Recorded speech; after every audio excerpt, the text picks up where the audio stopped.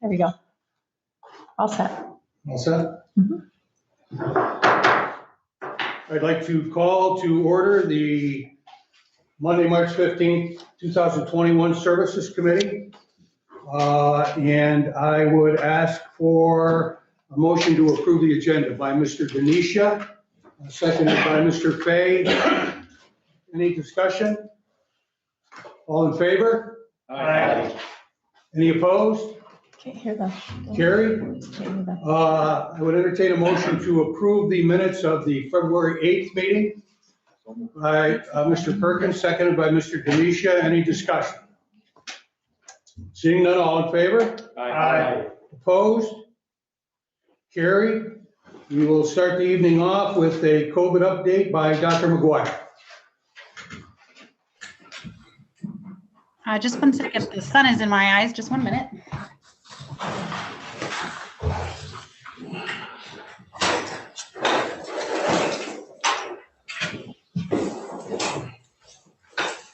Okay, I'm gonna share my screen so I can, can you hear me okay? Yes.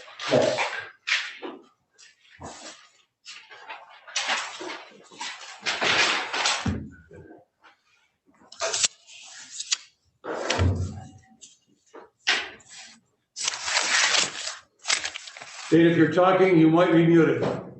No, I was just putting my slides in. Thanks, All everyone. right. So I'm just going to give an update of where we are with cases, what we've been up to with vaccination, the distribution and the administration of those. And then there's been some new guidance with regard to quarantine. As of today, we have 6,471 cases. There was 7 new cases on this date. We currently have 143 active cases. So those are those people we do monitoring in isolation, and over 6,000 people have been through the isolation process. 7 of our current cases are in the hospital, and to date we have had 92 deaths. So this is 78 new cases since our last meeting last week, and we have had 1 new death since last week. And just to put in perspective of just how many active cases we have today as compared to last week. So we currently have 143. Last week we had 365. And 2 weeks ago we had 540. So we are seeing the cases come down and the active cases just as well.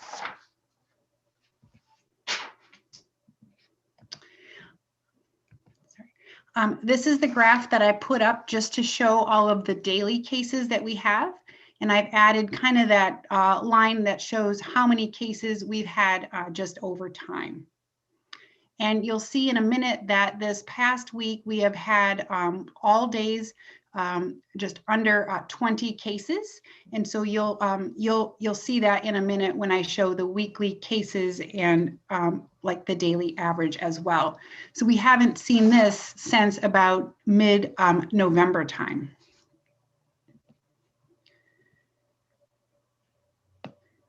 So here is the graph, and these graphs that I'm showing are up to date since yesterday. So keep in mind that there will be 2 days left in the reporting period because we go from a Wednesday to a Tuesday. But you can see in this last reporting week up until Sunday, we had 57 cases. And you can see in the last 2 weeks, it does show that we've been about half as just where we have been.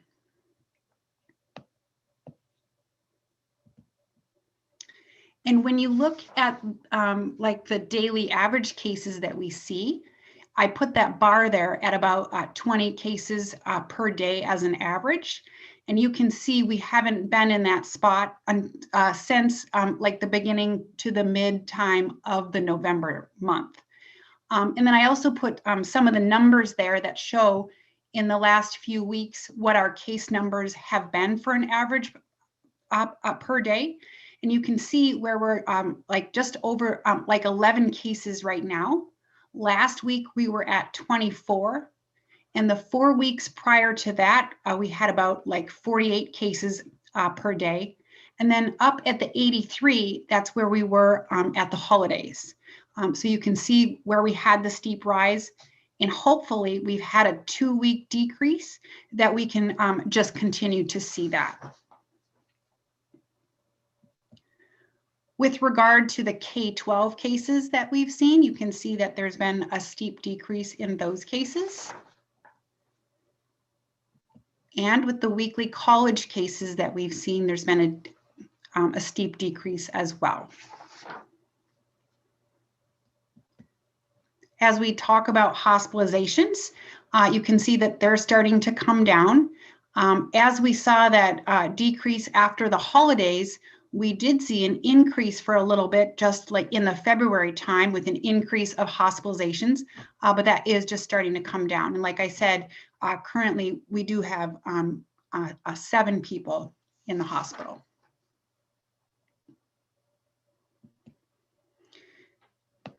For who we are currently monitoring in isolation and quarantine, we currently have 143 in isolation and 473 in mandatory quarantine. So those are those individuals who have been exposed to someone who has tested positive. So those numbers are just starting to come down. And you can see that we have seen a lot of people in this county through both of those processes being isolation and quarantine. So we've talked about some of the new guidance with regard to getting vaccinated and just needing to do quarantine. And so far we've talked about if you're in close contact with someone who has tested positive. So here I just wanted to go through it again, that if you're someone who has had their last dose of the series, so in that 2-dose series, you've had both, or if you've had the 1 dose, if you did go for Johnson & Johnson. It's been within 3 months after your last dose of the vaccine and the time of the exposure that you had. You have been asymptomatic, or you have not shown symptoms since your exposure. And then that we're able to verify in the Nys system that you did get your vaccines. Then you will not need to quarantine. And so what is new this week is they have just added that for the travel, and the same things apply. So if you get your vaccination and you've been through the process and it's been at least 2 weeks, and it's been within 3 months since your last dose and your exposure, you have just had no symptoms since your exposure, and we can verify that you did get your vaccinations in the Nys system, then you will not need to quarantine. The other thing too is that the state is now recognizing that if you have tested positive within the last 90 days, that you will not need to quarantine as well, as long as you're asymptomatic. And then as it's always stand, if you have done travel to states that touch New York, that you also don't need to quarantine. And you may have heard last week that the governor did mention that starting next month, there won't be a requirement for the travel quarantine.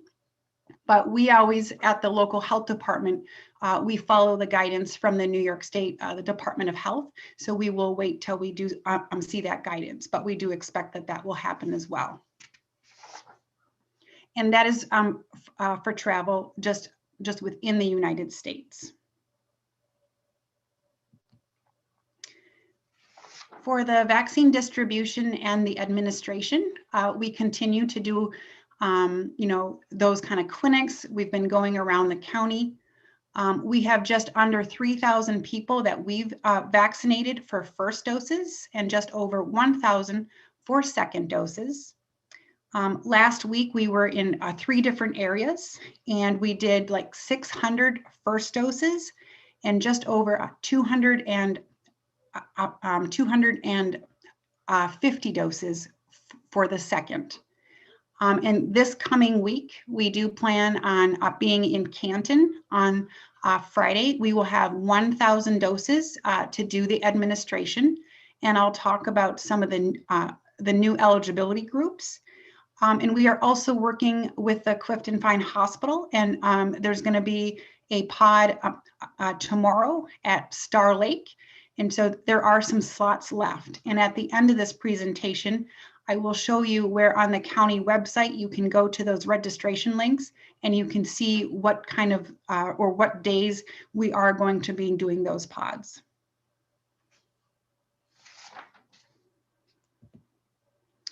Last week, we just really focused, Dr. Williams talked about the comorbidities to make sure that we can pass the information on who might be eligible if they have a health condition. So just make sure that if you are just having a question, you can talk to your healthcare, the provider, ask them questions to make sure you can see if you are going to be eligible.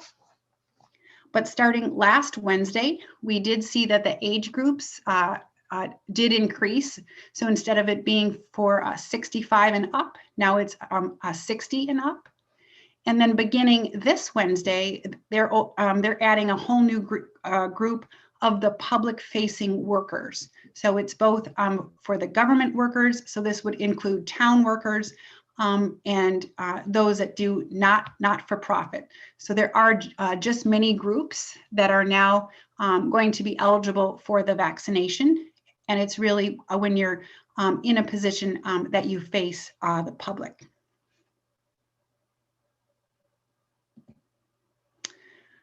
I sent this link out as well. There is a new site that does show our dashboard. You can see the North Country region on a whole, and you can do each of the counties in that North Country region. And so they do an update once a week. So this data, I believe, is from the 9th. So I know you've already seen this, but I do want to make sure that you can see that website there. You can bookmark that so you can go to that and see where St. Lawrence County is going to function. It shows both the first doses and the second doses.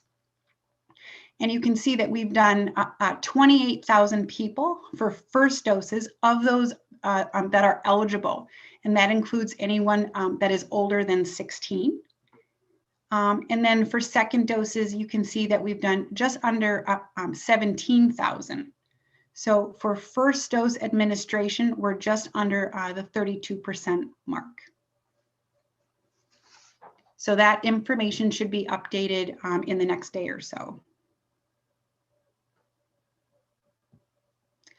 And so the last thing I wanted to go through this evening is that the process to register, whether you're doing it through the state site, through a county site, through a pharmacy, there are quite a few steps that you need to do, but the state does want to make sure that each person is going to be eligible. And so we want to make sure that you can do the registration. We do need to make sure that you have just a copy of that kind of ticket that you get just either on your phone or as an email. That you do have to do the vaccine form. There is a New York State form that you do a submission online, and that is the attestation that shows that you do meet one of the criteria to be vaccinated. And then lastly, that you can bring proof that you have the eligibility. And so if it's age, just something with your date of birth on it. If you're an essential worker, your name badge, something like that. And then if you have a comorbidity, just kind of doing that vaccine form can be enough just as well. So I'm going to stop sharing these slides. And then I did want to take you to the county website just to show where you can get to all of the sites that we have. So let me reshare so I can get to the website here.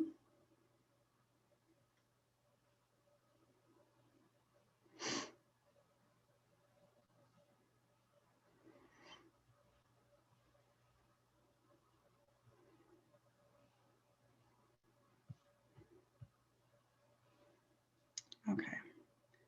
I just have to move my head a little bit over here. Let me move over. So I'm going to back up to the, I'm going to type in St. Lawrence County just so you can see. I go to the main page of the county. And so this is the landing page for the county, and all of the COVID information is held here.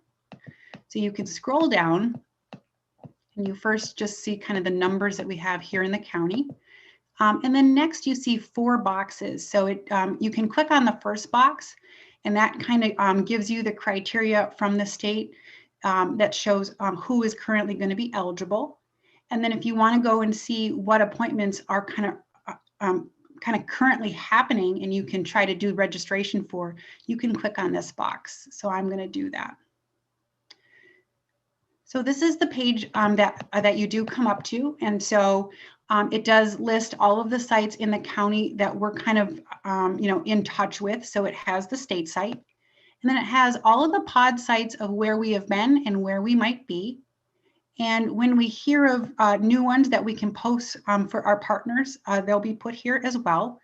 So you can see right now, there is a link to register for the one that I talked about in Star Lake. That's here. And there's one for the Friday clinic. And so I was just going to take you through this process because there's 2 things that you have to do here. You are going to click on this registration link to actually make a time for the appointment. And so the site makes sure to give you all the information of what you need that you meet the eligibility. And one of the new criteria that the state has just allowed for local health departments is in the past, when we got an allocation, we had to do so many for each group. They have now just let us kind of do an opening up so we can have one link and do all of our doses for all people. So that's going to make it just a lot easier because we used to have to do 2 or 3 links. So you can check here to see if you're going to be eligible. So you can see that for the eligibility, it's the essential workers, those with a health condition, and those who are 60 and up. So once you kind of verify that you think that you meet those criteria, you can click here and it will take you to the registration site, which is, this is a New York site, and it just kind of shows you here that you can scroll down and then you can go and pick your registration time. And so that's what you'll see. So that's just getting an appointment. The other thing that I did want to point out though, is I talked about that vaccine form. So that's also here on this page. So if I go back one page, on the page where you could see where the pod sites are, you can go right to the top here, and it says there's the Nys Vaccine Form. You click this. And this is the form that provides the attestation. So last week we talked about this, where you actually don't have to say which criteria you meet, but you're actually saying that you meet one of these things here. So that you're actually 60 years or up, that you're an essential worker and you meet one of these groups. And this will be added to for the 17th, when those new groups that I talked about just will be added here. Or that you have a health kind of one of the 13 categories, and those are right here. So at the bottom, all you have to do is say, yes, I do meet the criteria, and then you put your name, and then you can do the submission of that. When you go to the clinic, that's what you have to show. So you have to show that you have proof. You'll get an email so you can print it out, or you can show a screenshot that you've done this form, and that you have the registration of the time that you did pick. So I hope that is helpful, because those 2 things make it very smooth when we do the clinics. And that is what I have for this evening. So if there are just questions, please let me know. Does anyone have any questions? Ms. Terminelli? Thank you. And thank you, Dana, very much for the update. I've had several people ask me if our social media posts on Facebook, where we do the daily update on the dashboard, if you are able to put the vaccine, I know they only update it once a week, but if you're able to put the vaccine dashboard on there as well. I think we can do that. Yeah, so yes, I can have our Facebook staff member do that. That would not be a problem. Yep. Great, thank you. You're welcome. Second, okay. Maybe ask again. Microphone is muted. It was muted. You might want to ask again. Okay. Does anyone else have a question? Rita. Who? Rita. Oh, Rita, I'm sorry. Hi, thank you, Mr. I've had a few people call me asking me about the 3-foot distancing in school and can it be changed up here so that more people can be back in the classroom. Yep, so this has been discussed at a state level, and at this time, the school kit guidance is still 6 feet. There's been a discussion of whether you can put a barrier that would, if there was an exposure in school, if you were closer than 6 feet, we would still have to do all of the quarantine. There has been a lot of conversation about that, though. So I am thinking that in the upcoming weeks that might be a change, but at this time, there has been no change. Anyone else? Before we proceed with the resolutions, I'd just like to have the record indicate that Mr. Arquette is excused this evening due to an employment commitment. We'll move on now to the presentation of resolutions. And the first one is proclaiming March as COVID-19 Memorial Month in St. Lawrence County and extending the appreciation of the county to all involved in the COVID-19 response. A motion by Mr. Perkins and seconded by Mr. Smithers and Ms. Haggard. Any discussion? Mr. Manelli. Thank you, Mr. Chairman. I was just noticing in the 7th whereas, where we talk about the pods, my husband had his 2nd dose and I rode up with him the other day and noticed all of the National Guard vehicles. And it was a reminder to me that they have been here supporting our efforts in St. Lawrence County at the state site. And I was wondering if I could offer a friendly amendment to add them to the list of people that are being recognized in the 7th whereas at the pods. Is there any objection to a friendly amendment? Could you state what the amendment would be? I sure can. So it'd be the 7th whereas, and I would read, whereas the COVID-19 vaccine points of distribution, PODs, located at various locations throughout St. Lawrence County could not have been possible without the assistance of county employees, area hospitals and nursing homes, the National Guard, and a host of dedicated volunteers from the community. Is there any objection to that friendly amendment? Seeing none, is there any other comments on the resolution? Seeing none, all in favor? Aye. Opposed? Carried. The second resolution is proclaiming April 5th through 11th, 2021 as National Public Health Week. Is there a motion by Mr. Perkins, seconded by Ms. Hager and Mr. Smithers? Any discussion? Seeing none, all in favor? Aye. Opposed? Carried. The next resolution is authorizing the chair to sign an amendment to the Immunization Action Plan Grant with the New York State Department of Health for the Public Health Department. Moved by Mr. Denisha, seconded by Mr. Perkins and Ms. Haggard. Any discussion? If I could just add here, so this is like a, it's a supplemental funding to the immunization program that we normally have. This is what we have for the flu funding this year. Thank you. Once again, any further discussion?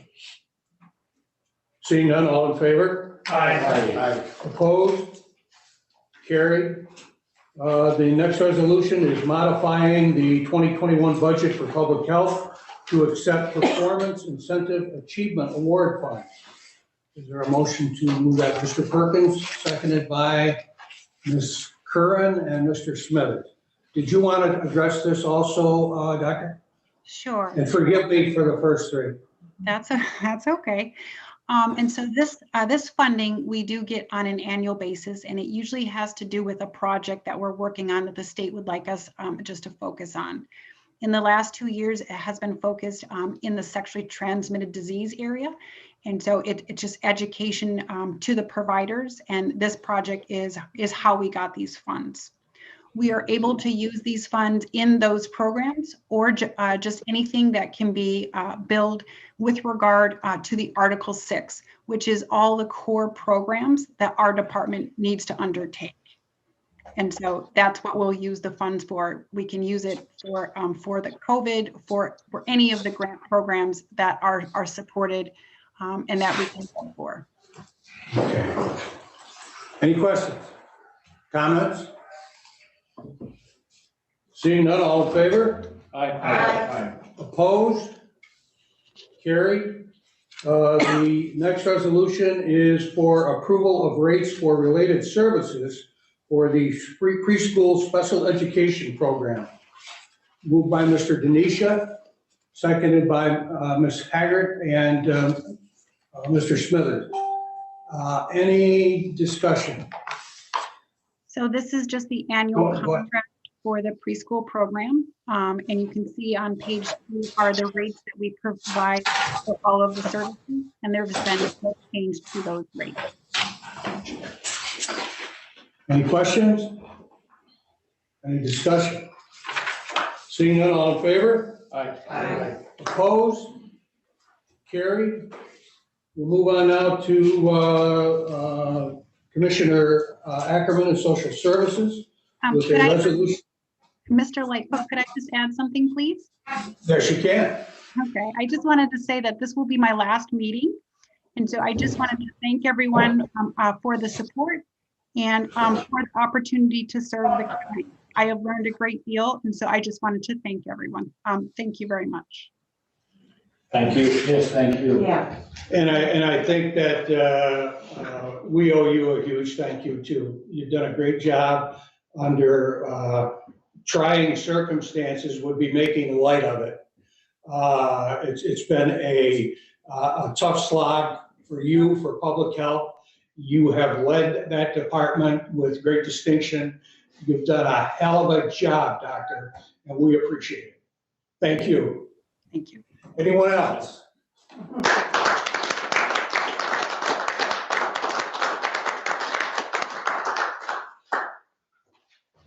Moving along, Cynthia Ackerman, are you with us? There you are. There I am. The first, welcome, good afternoon. The first resolution is authorizing the chair to sign a contract with Volunteer Transportation Center Incorporated for management of non-emergency transportation for child welfare and adult services. Is there a motion to move this by Mr. Smithers, seconded by Mr. Denisha? Any discussion? Cynthia? I would Any just comments add, regarding this? I would just add that we are currently already working with the volunteer transportation department. They do a lot for us for providing the transportation for children to visitation and appointments and things like that. So what this contract will do is allow us to do it on more of a consistent basis with guidelines and systems in place, that once we get going on this, it should be more cost effective for the department and more streamlined. Okay, thank you. Mr. Burke? Cindy, is this, I just wanted to ask if this is different than the Medicaid transportation, or is it one and the same? Well, I think it's more, I think I don't know if I can answer that question, to be honest. Well, if I could just qualify it, Cindy, Syracuse used to run all the Medicaid transports. And I was just wondering if that changed, or maybe you don't know yet, but I was just curious if there was a difference between the volunteer transportation and the Medicaid transportation that is or was run out of Syracuse. Well, I know that I used to be used to using the Medicaid transports, and that was something that, the patients could save their receipts or whatever and seek reimbursement. But I know that the volunteer transportation is what we've been utilizing more with our volunteer drivers. My anticipation is that probably some of our volunteer drivers that we're using at this time will then start working through the volunteer transportation department so we can streamline our processes. It should be much easier for our staff to use. It should use less of their time. And it should be able to actually provide some of our, right now, our assistant caseworkers time to kind of work with maybe supporting some of, our caseworkers with other tests while we can utilize the system for the volunteer transportation. They take on a lot of the responsibility of the needs of the program. Thank you, Cindy. Ms. Curran? You didn't have your hand up? I'm sorry. Anyone else? Seeing none, all in favor? Aye. Opposed? Carried. The next resolution is a resolution modifying the 2020 budget for social services for state training schools. Motion to offer that. By Mr. Reagan, seconded by Mr. Forsythe and Ms. Haggard. Go ahead, Cynthia. Okay, so I can talk a little bit about this. The state training schools are actually schools where services are provided for our children that are in the juvenile delinquent department. And these schools are actually court ordered. So a lot of sending these kids to these schools is out of our hands. And if these kids were in these schools, they would probably most likely, be in jail or something like that. So the other reason why this modifies the 2020 budget is we didn't receive the information for payment on these schools until 2 years after the date. So actually right now we're receiving, so what was booked in, and probably Renee Cole can speak to this a little bit too if I'm not 100% clear, but what we received in 2019 actually was the information or the bill from the school from 2017. And in 2018, received information from back to 2016. So actually what we did was we took what was budgeted for this year, and we received what was owed for 2000. We received what was owed for, we took the information from 2020.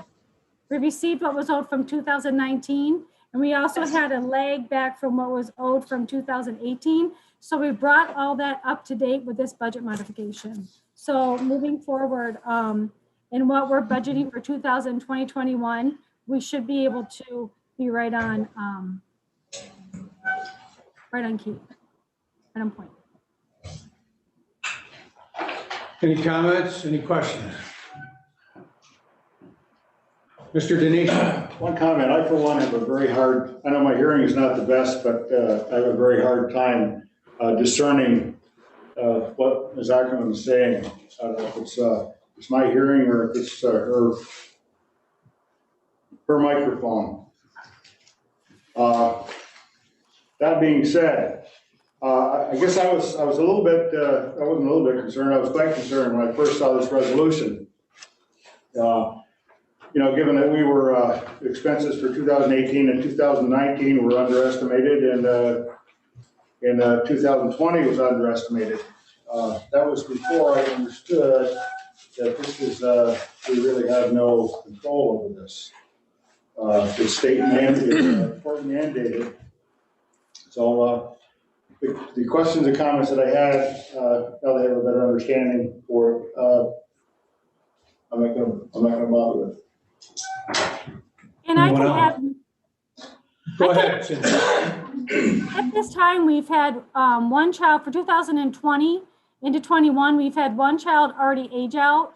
We've had another child that will be aging out as of May 2021. But what we're going to do is continue to budget for approximately 3 children being in this type of program, because we kind of did a look back, and that's where we seem to stand.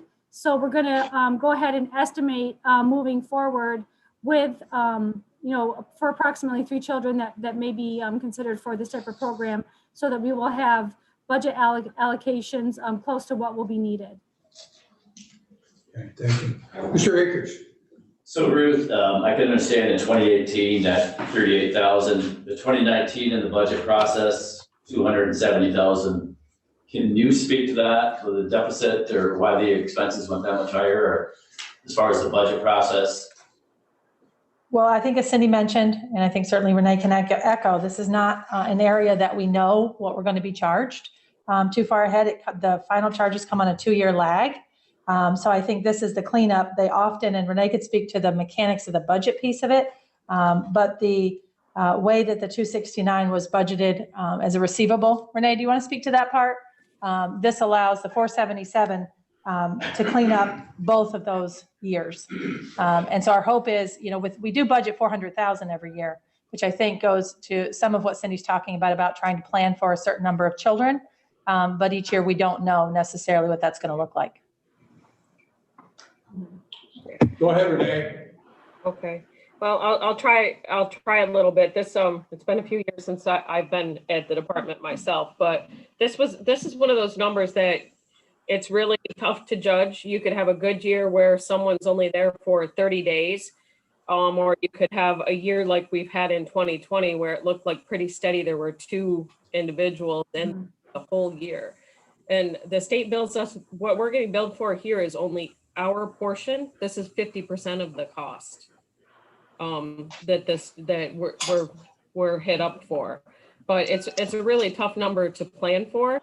You don't want to budget $600,000 every year and have a bill, come in, at the end of the year is when you can actually put an estimate on what that year's bill will actually be for, because you have to wait to see who's in, and how many days of care that you're going to get hit up for 2 years from now.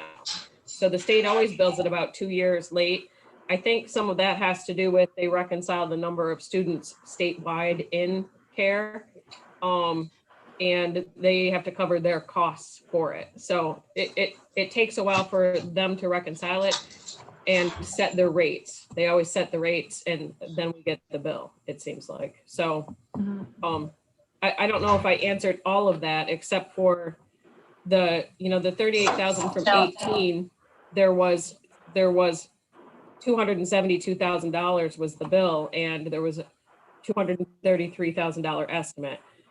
There was too small of an estimate in 2019, and the real bill came in almost 270,000 higher. So the 20 estimate is pretty solid. It's 600,000, but in order to get enough money set aside to cover all of these bills when they do come in, we need to do this budget modification at this time. And I see people have their hands up. Mr. Forsythe. Thank you, Mr. Chair. I guess it's for Renee and Cynthia. Who keeps track of that? Who's responsible for keeping track of a 2-year lag? For who's in the program and things like that? I'll try to answer that if you want, Cynthia. Okay. So at the end of 2020, the department is able to go in and actually get the attendance for the year. And at that point, when they know how many days of care they have, basically they just take the last bill, which would have been, I think the 2018 bill came in, the 2019 bill actually came in this year, I think. They take that last rate anyway, and they will try to estimate an increase because it does go up every year. And usually when I used to do it, I would take an average of the increase year over year, take a 3-year average and calculate what you're going to put on at the end of that year. By putting that in, what we're doing is we're recognizing the expense in this fiscal year. So, and it just goes into an accounts payable. So we don't feel this in the budget after this year. So that's how we do the accounting at the end of the year, the accrual method of accounting. So it's in payables and it's taken care of up to the end of 2020 when we make these corrections. But there is a specific individual that keeps track of who's in the program? Or no? I believe in the department. Yeah, we do. We have, I have a list of who's going into the program and how long they're there. And we know when they're discharged or going to be discharged. Okay.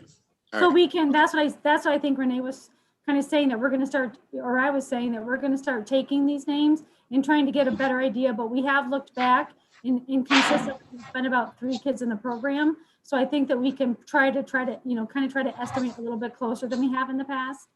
Yeah, so we're just basically clearing up past practice, getting straight. Okay, I'm good with that. Thank you. Mr. Perkins. Thank you, Mr. Chairman. Cindy, did you say that there's about, like in 2020, there's 3 kids in this program? Yeah, throughout 2020 and part of 2021, just the end of 2020, we had 1 child that aged out of the program. And then I believe in this, I think if I have it right, this May, we will have another child age out. So we'll only have 1 child in the program, you know, at that time, unless somebody else enters. So that's actually costing us almost $190,000 per child a year. That seems pretty extravagant to me. A little overkill. Yeah. Thanks. Welcome. Anyone else? Mr. Denisha? Thank you. One more bite at the apple, Mr. Chairman. What doesn't count in committee? The thing that I guess I wasn't going to mention, but the thing that concerns me is it looked like we're obviously underestimating expenses. But if we don't know what they're going to be, it's tough to do that. But 2018, we were $38,534 under budget, or underfunded. 2019, $269,910. 2020, $168,909. I'm wondering what the number for 2021 is going to be. And, you know, it's underestimating expenses and overestimating, underestimating expenses and overestimating revenue. It's a large part of why we were in the financial position that we were in a few years ago. And to continue to do this is my opinion, is a recipe for financial ruin.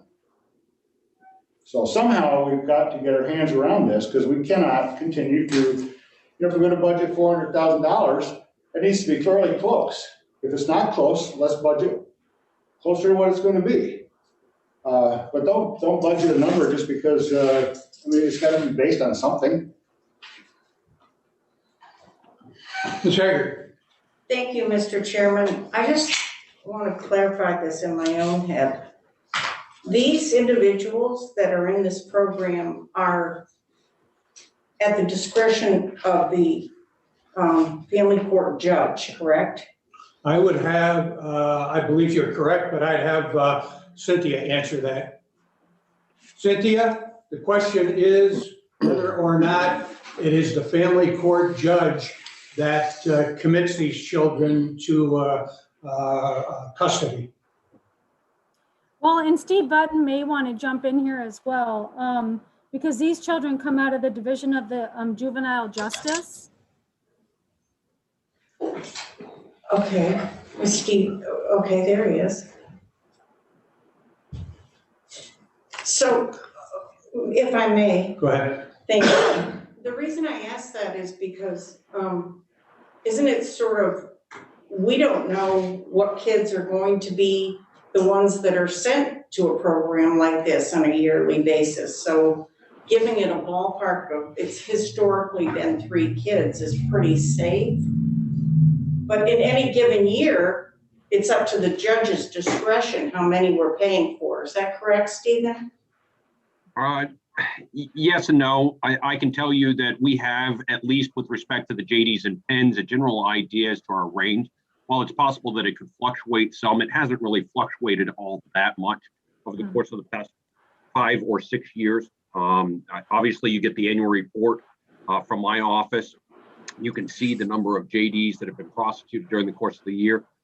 We have not seen JDs that have exceeded really 30 kids in a year, and the number of JDs that actually get placed in the care and custody of the Department of Social Services thereafter are even smaller number than that. So I think this is predominantly Article 10 cases, your neglect and abuse cases, not really your JDs and PENs, which are your Article 5 cases, your Article 3 or your Article 7. So I would say that the real fluctuation, if any fluctuation is occurring, would occur on the Article 10 side and the neglect and abuse on the family court act. Thank you. Mr. Burke? If I could ask Cindy a few questions. How about a couple? Well, that may do, Joe. We'll see. Cindy, what's the best way to prevent children from going into these court-ordered placements? I guess I had heard you say at one point in time that the number of children in care, or maybe the length of time in care, has some kind of a predictor for children who need more extensive levels of supervision. Would you comment on that? And then I have a follow-up question. Sure. I mean, I think that, you know, if you read through all the studies and information, you'll see that the longer that children are in care, in foster care, without reaching permanency, the higher risk they are for entering the, you know, the juvenile justice system. They're the ones that, you know, the higher risk for entering into crime as they get older, end up in, you know, in long-term, higher risk for entering a long-term jail. I think when it comes to preventive measures, you know, beefing up our preventive care, beefing up our preventive workers, getting in there, working with these families to try to reach a permanency quicker, to find where these kids need to be best placed, in the best type of placement. And I say that as much as Family First comes with a lot of mandates, I think Family First is going to be kind of the key to helping us reach where we need to be with children. You know, setting the timelines. You know, they set a criteria for, you know, how long a child can be in care without having certain meetings happen, certain permanency meetings happen, you know, different things like that. So I do foresee in the future, as we move forward, that we're going to be able to help this situation greatly, just even based on the family care mandates or Family First mandates. The second part of that question, Cindy, is this somehow related to the amount of money that we lost over the past 7 years, the nearly 17 million that we lost because of the number of children we had in care? I mean, I would hope that anybody that listened to your presentation would have a greater indignation over the nearly 17 million that was lost as compared to the 477,000 that we're now funding. But would you comment on that, Cindy? Sure. Well, I would say that definitely I think for those who have watched the presentation, you'll see that I think especially with all this information coming out, there's definitely a lot of overlap when it comes to the children in care.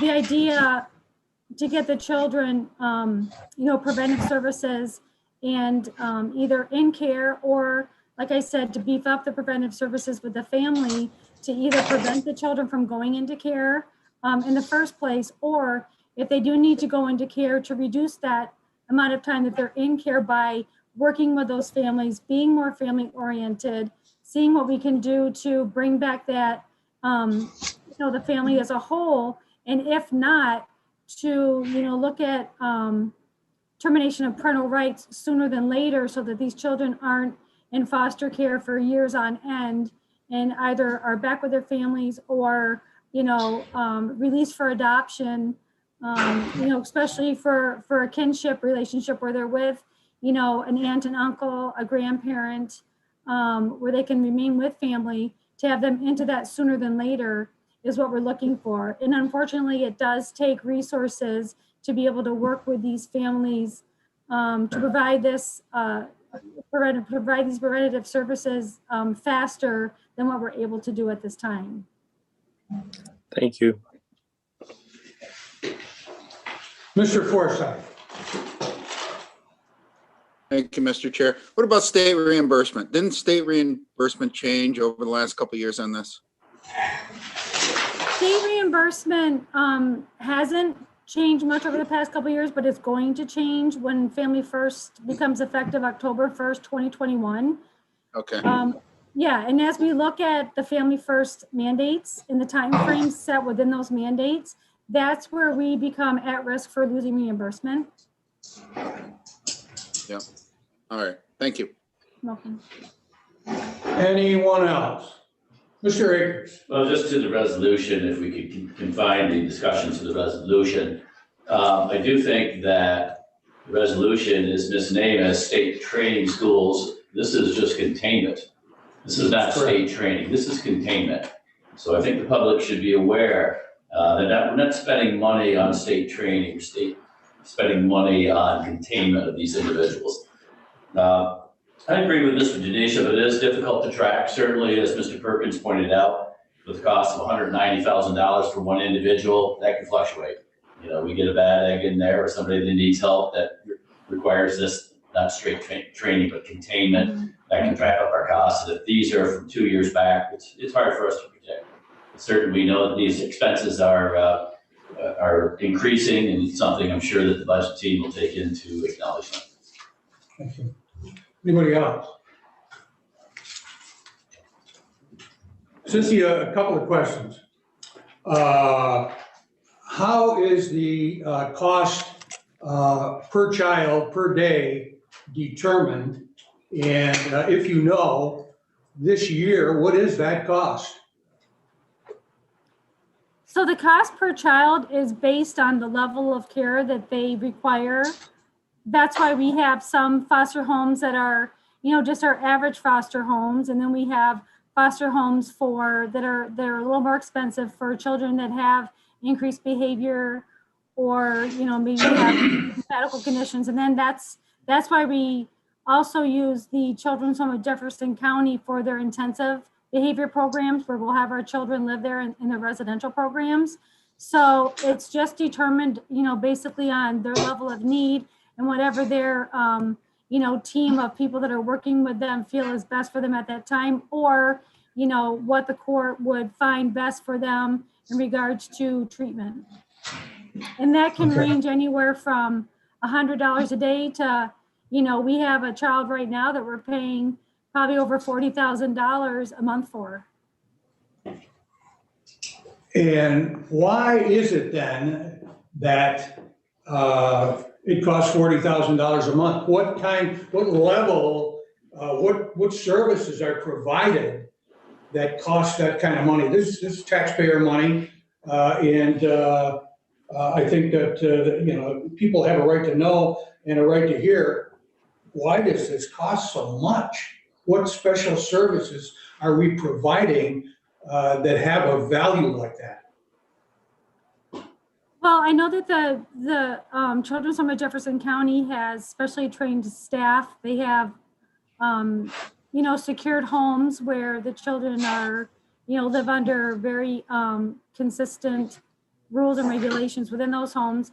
And for our children that live in our congregate care, that's very, very expensive because most of them are residential settings where they basically live there and go to school. So they have, you know, social workers, mental health counselors. They seek all of their medical support there and everything that they need for, you know, daily living and support. One thing that you'll find with Family First is they're really looking at the congregate care leveled treatment programs. So they're putting a lot of mandates on timeframes there. So for example, if we have a child that we're putting in congregate care, within the first 14 days, we have to have what they're calling a qualified individual, which is a licensed, either licensed mental health counselor or social worker that will have to provide strict documentation that child does require that level of care. If they don't require that level of care, we will have to seek an alternative, or what will happen if we can't find an alternative is the funds will be cut off from that person and it will all become a cost to the county. So that's why the Family First initiative it's really important that we make sure that we're, you know, putting everything in place for that.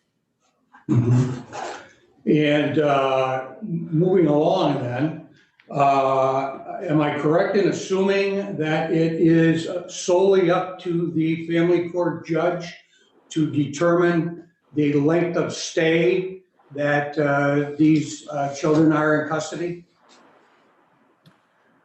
I don't think it's firmly up to the judge. I mean, she definitely has the final say, but I think if we're putting all of the preventative services in place and we're documenting them and showing that the family is making progress, that we can definitely, work with the courts to demonstrate that that family is either, working towards the child returning to home, or that we're, going in the avenue of terminating parental rights.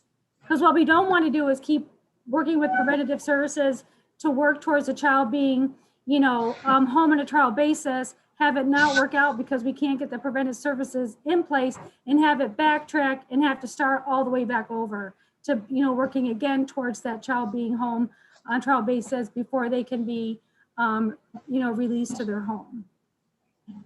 Okay. So even if the parent is so derelict that a return is contraindicated, is not social services directed by the court to make an effort, a reasonable effort to reunite them with their parents? Yeah, we do everything we can to reunite them with their parents. If that's not possible, then that's the whole other piece of Family First, is the kinship. So we will have to seek a kinship if at all possible. And there are pretty strong, there's a pretty strong criteria for how we seek that kinship to make sure that we have exhausted all options. And if at that point we aren't able to do that, is when we'll look at, terminating the parental rights and seeking adoption opportunities. What period of time are you given by the court to accomplish that? What's the end date? How long? So with Family First, and they're also working with the court system on this whole kinship Well, piece. now I'm talking about right now. I'm not talking when Family First comes into effect. I'm talking about right now. Well, right now there really isn't a set time. If we go back into court and things aren't going well, the judge might order that we start the process over and put in more preventative services, which prolongs the child being in care. But realistically, what you want is to revisit every 6 months, and within a year, make the determination if that child should A, return to parent, B, be in kinship, or C, that you'll terminate parental rights and that child will be free for adoption. That would be the best case scenario. So what you're saying, though, is this always can't be done within the time constraints. It's my understanding that there's a minimum of a year before, I guess, the family court judge would expect some results. Is that accurate? Correct.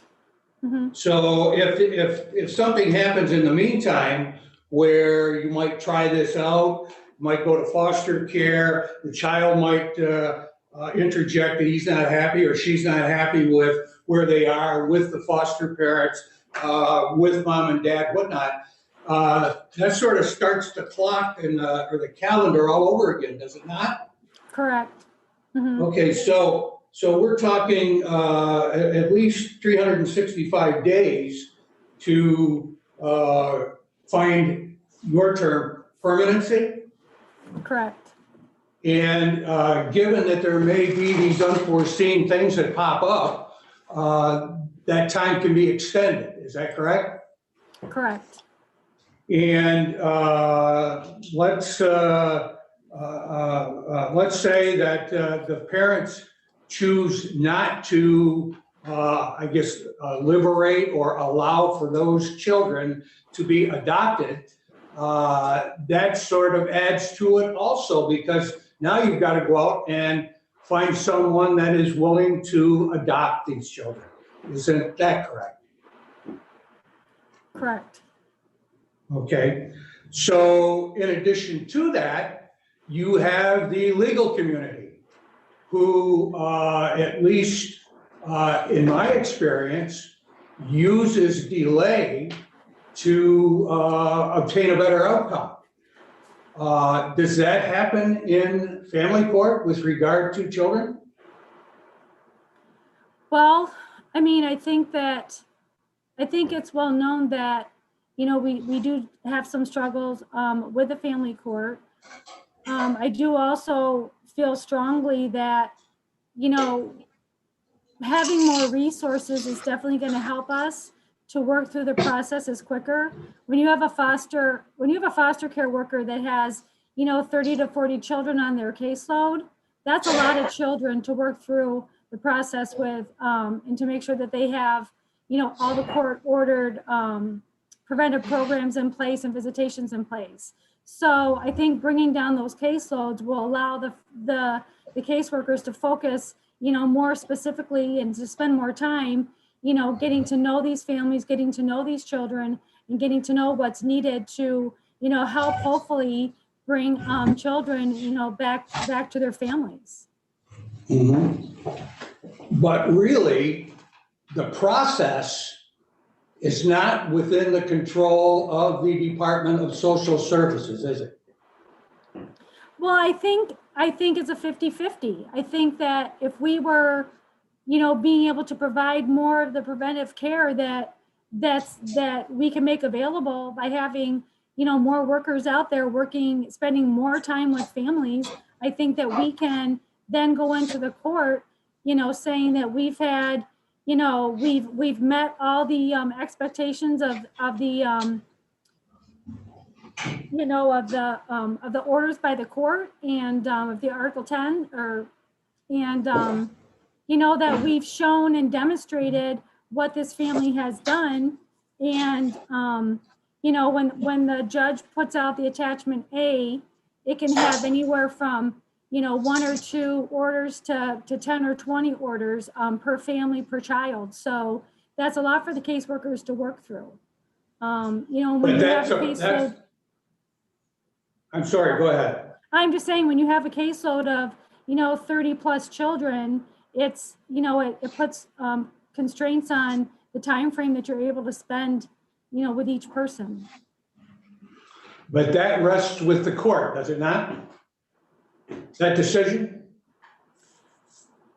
Well, I mean, ultimately, if you go in there and you're not able to provide the preventive services that family needs, that, you know, the judge isn't going to be favorable to that. And she's going to add that attachment A with more orders on what needs to be completed, which is then going to set back the time.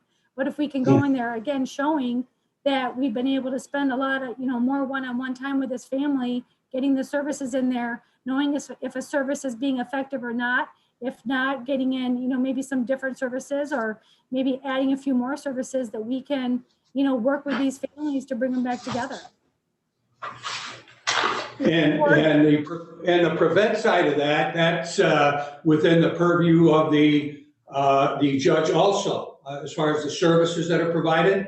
Does the judge make the decision, or does the social services make the decision? Well, the judge will go down the Article 10, which is numerous pages long, you know, and she'll determine what she would like to see this family have. Now, when we go into court initially, we try to already be prepared with what we feel this family may need.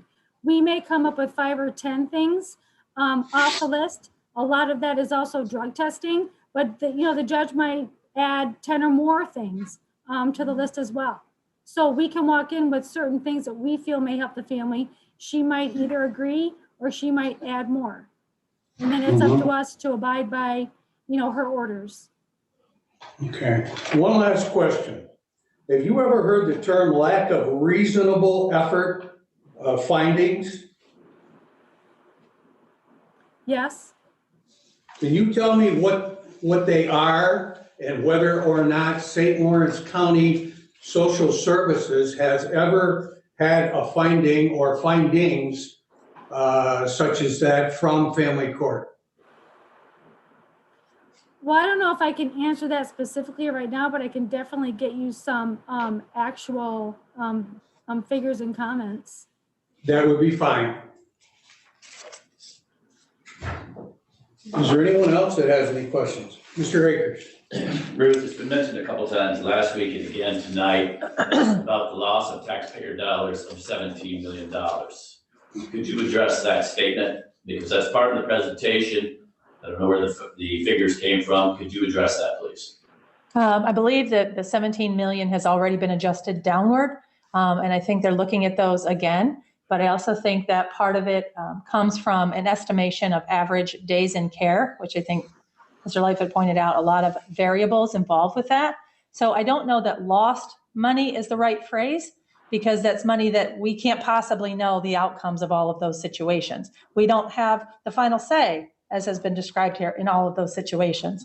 But I think if you're using an average case of days impacted by decisions, not ours, you could come up with just about any number. And part of the challenge we have is trying to work within the confines of resources we have to make sense of and take care of all of the children in care. So essentially here, the parents are not signing off on their children, like within a month or 2 months or whatever. So maybe in other urban centers where they have significant drug problems, or the parent or parents are in prison, that they're signing off, and so these kids are immediately going into other care.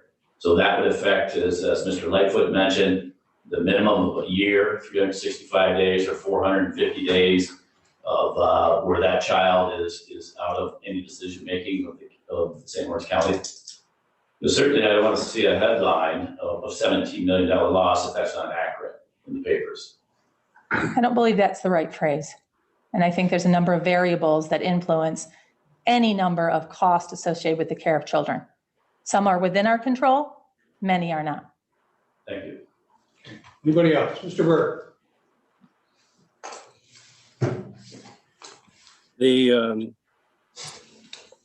Had we been able to keep our children in care at the level they were 7 years ago, we would have saved the taxpayers of St. Lawrence County almost $17 million.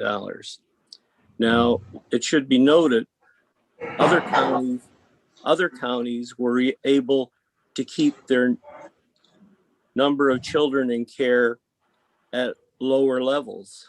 We're lagging behind many, if not most, other counties in the state. And in my estimation, the reason we're lagging behind preceded Cindy's arrival to the DSS. We dug a hole by having way too many children in care. It cost huge amounts of money, and it could have been prevented had we given the resources needed to get the job done. Now, you could argue those resources might have cost a little bit of money, but they would have cost nowhere near the almost 17 million. I think it's 16.6 million. It would have cost a negligible amount of that to give the adequate resources they need to get the job done.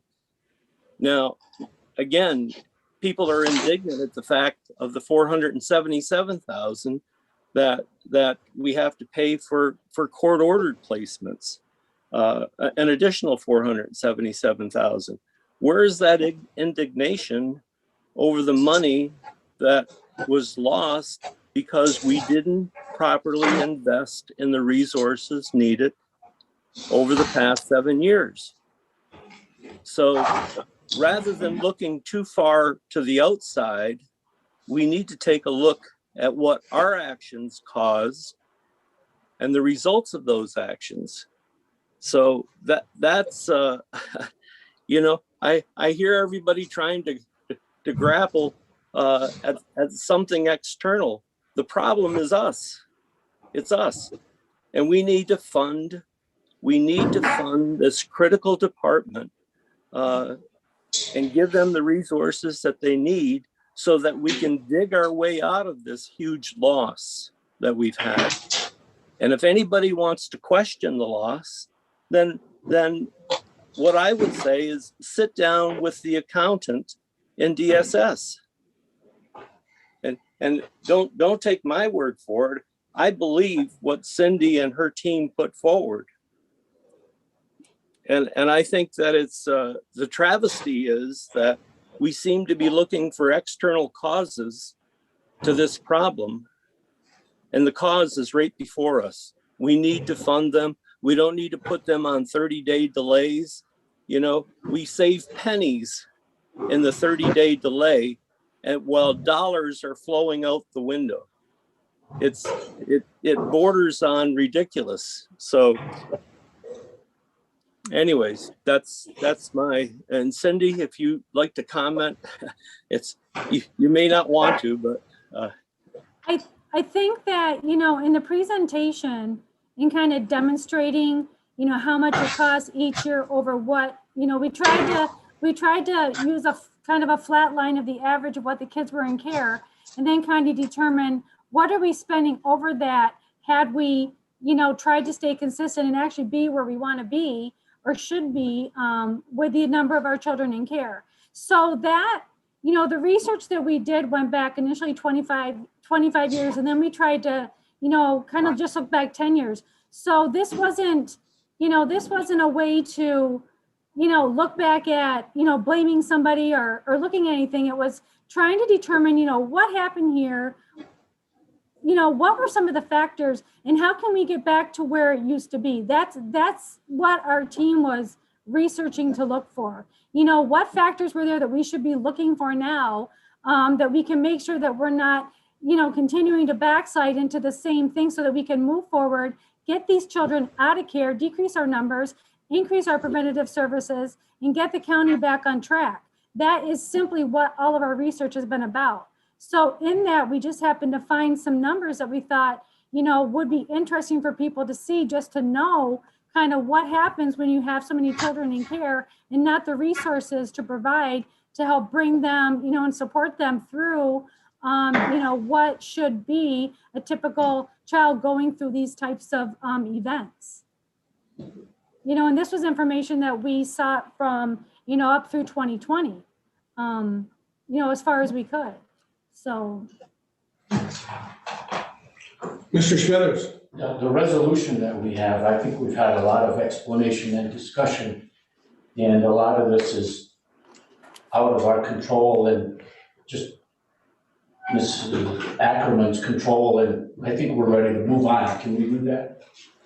We can, but if there are any more people that would like to comment, I think it would be appropriate, or ask questions, and at least be given the opportunity to do that.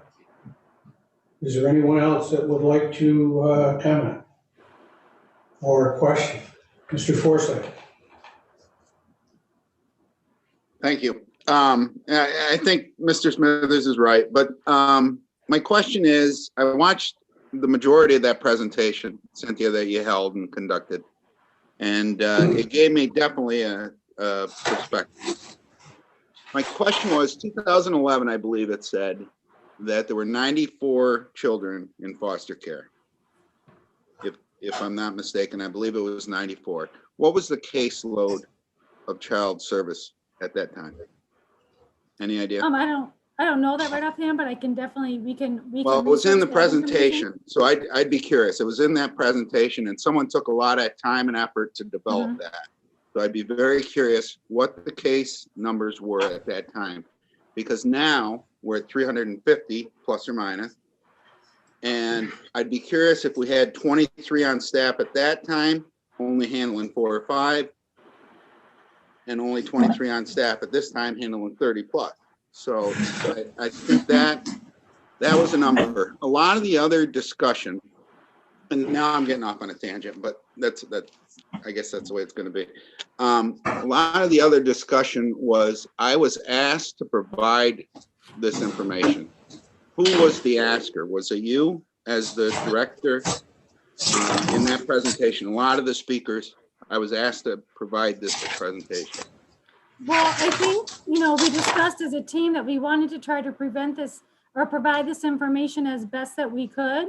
So, you know, I think that, you could say the directive, what was the directive? What was the directive of it? It was probably me asking them to provide Okay. what they knew from the history that they had being in Okay. the department. That's fair. That's all I need to know. I'd be curious of that number of 2011, how many people were there at the time and what their caseload was at the time. And if we thought it was too low at the time, as opposed to now where it's way, way too high, obviously, way too high. Yeah, I So know that we did go through the caseloads for each year. So I can get that list to you. They And I should be know there that they- pretty quick. Okay. I just think it's a fair question to, you know, plus or minus. The 17 million, I'm still trying to grasp that. I gotta go back in and watch that again. But I just, you know, I'd like to know that. Thank you. Sure. Did you have something? I could speak to I can't speak to the caseloads, but I could speak to the staffing. Please do. So what year were you looking for legislative foresight? 11? Correct. Yes, I believe that was it, Ruth, because I remember specifically it was, I think 94 children in foster care. I had the presentation that I watched. So there would be at least 12 additional, and I believe 9 of those would be caseworkers. And what would the caseload have been? That's what I'll have to get. I just Okay. have staffing numbers. I was just wondering the caseload. Okay. Yeah. That's fine. Thank you. Anyone else? Ms. Ackerman, I have 2 other questions. Short answers I believe would be adequate.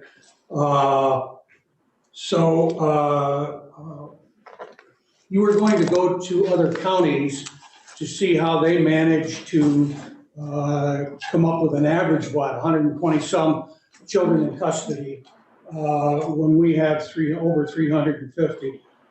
Were you able to contact any of them? And a yes or no would suffice. Were you able to get any information that would help us out with the way that we have to deal with the numbers that we have? Yes, I did reach out, but no, I have not received any responses at this time. All right. And let me see. Just to close, I think that in looking at this, there are a host of variables that determine how long a child is in our care and custody, most of which we have no control over that. Is that a fair statement? I don't know if that's 100% a fair statement, because I do believe that if we were to be able to provide increased intensive preventive, care and be in with our families more, that we could definitely promote getting these children to a permanency sooner than we have now. Right now, we are approximately 640 days for a child in care, and the average is 300. Anybody else? Seeing none, all in favor of the resolution? Any opposed? Carried. We'll move now. Thank you very much, Ms. Ackerman. Appreciate your time and your explanation. You're welcome. You're welcome. Mr. Ulrich. Good evening. Good evening. We have several resolutions. The first one being authorizing the chair to sign Adirondacks ACO compliance program guidelines provider attestation. Is there a motion? By Mr. Perkins, seconded by Mr. Smith. Jay, if you'd like to comment on this or explain it? Yes. So our connection to the Adirondack ACO is through Northwind's IPA, the network of providers. So last year they signed a level 2 risk-bearing contract with the ACO. But the Northwinds, as you might recall, Northwinds was going to assume the risk. If the risk was not going to be distributed among the providers. So because of that, us being a tier 2 provider, we were allowed to enter into that risk-bearing contract because of the Northwinds holding the risk. So part of that is, there's two parts that they look at when they look at shared savings. One is quality benchmarks, or the quality indicators. An example of that would be if someone goes to the emergency room for an addictions problem, that they receive an appointment at an outpatient clinic within 5 days. That's an example of a quality indicator. But there's also another part called citizen participation. So you can lose up to 30% of the shared savings if you do not participate in different programs and or expectations with the ACO. So that might be as simple as attending the provider meeting. It might be making sure that we get the necessary releases so that we can release the information to the Adirondack ACO in terms of those that we serve. So this was one of the, this is one of the citizen participation requests that we sign this attestation that we are in compliance with the Centers for Medicare and Medicaid Services, which is CMS. So I've been in discussions with both corporate compliance and the county attorney on this matter. And we're trying to work through this. One of the points of concern is that we also attest that our downstream providers are also in compliance with CMS. So, and those being not the community services board downstream providers, but the providers that are downstream for clinic services, and that would be IMA, which does our billing, partially does our billing, the Trizetto, which is the clearinghouse. Those are the two main ones we would have to attest that they also are following CMS guidelines and expectations so that there's no fraud or misuse of funds. So working with the county attorney and compliance on that, whether we have them sign a statement of compliance, that's been suggested. But we certainly won't put this in front of the board of legislators to sign until it's been cleared by the county attorney.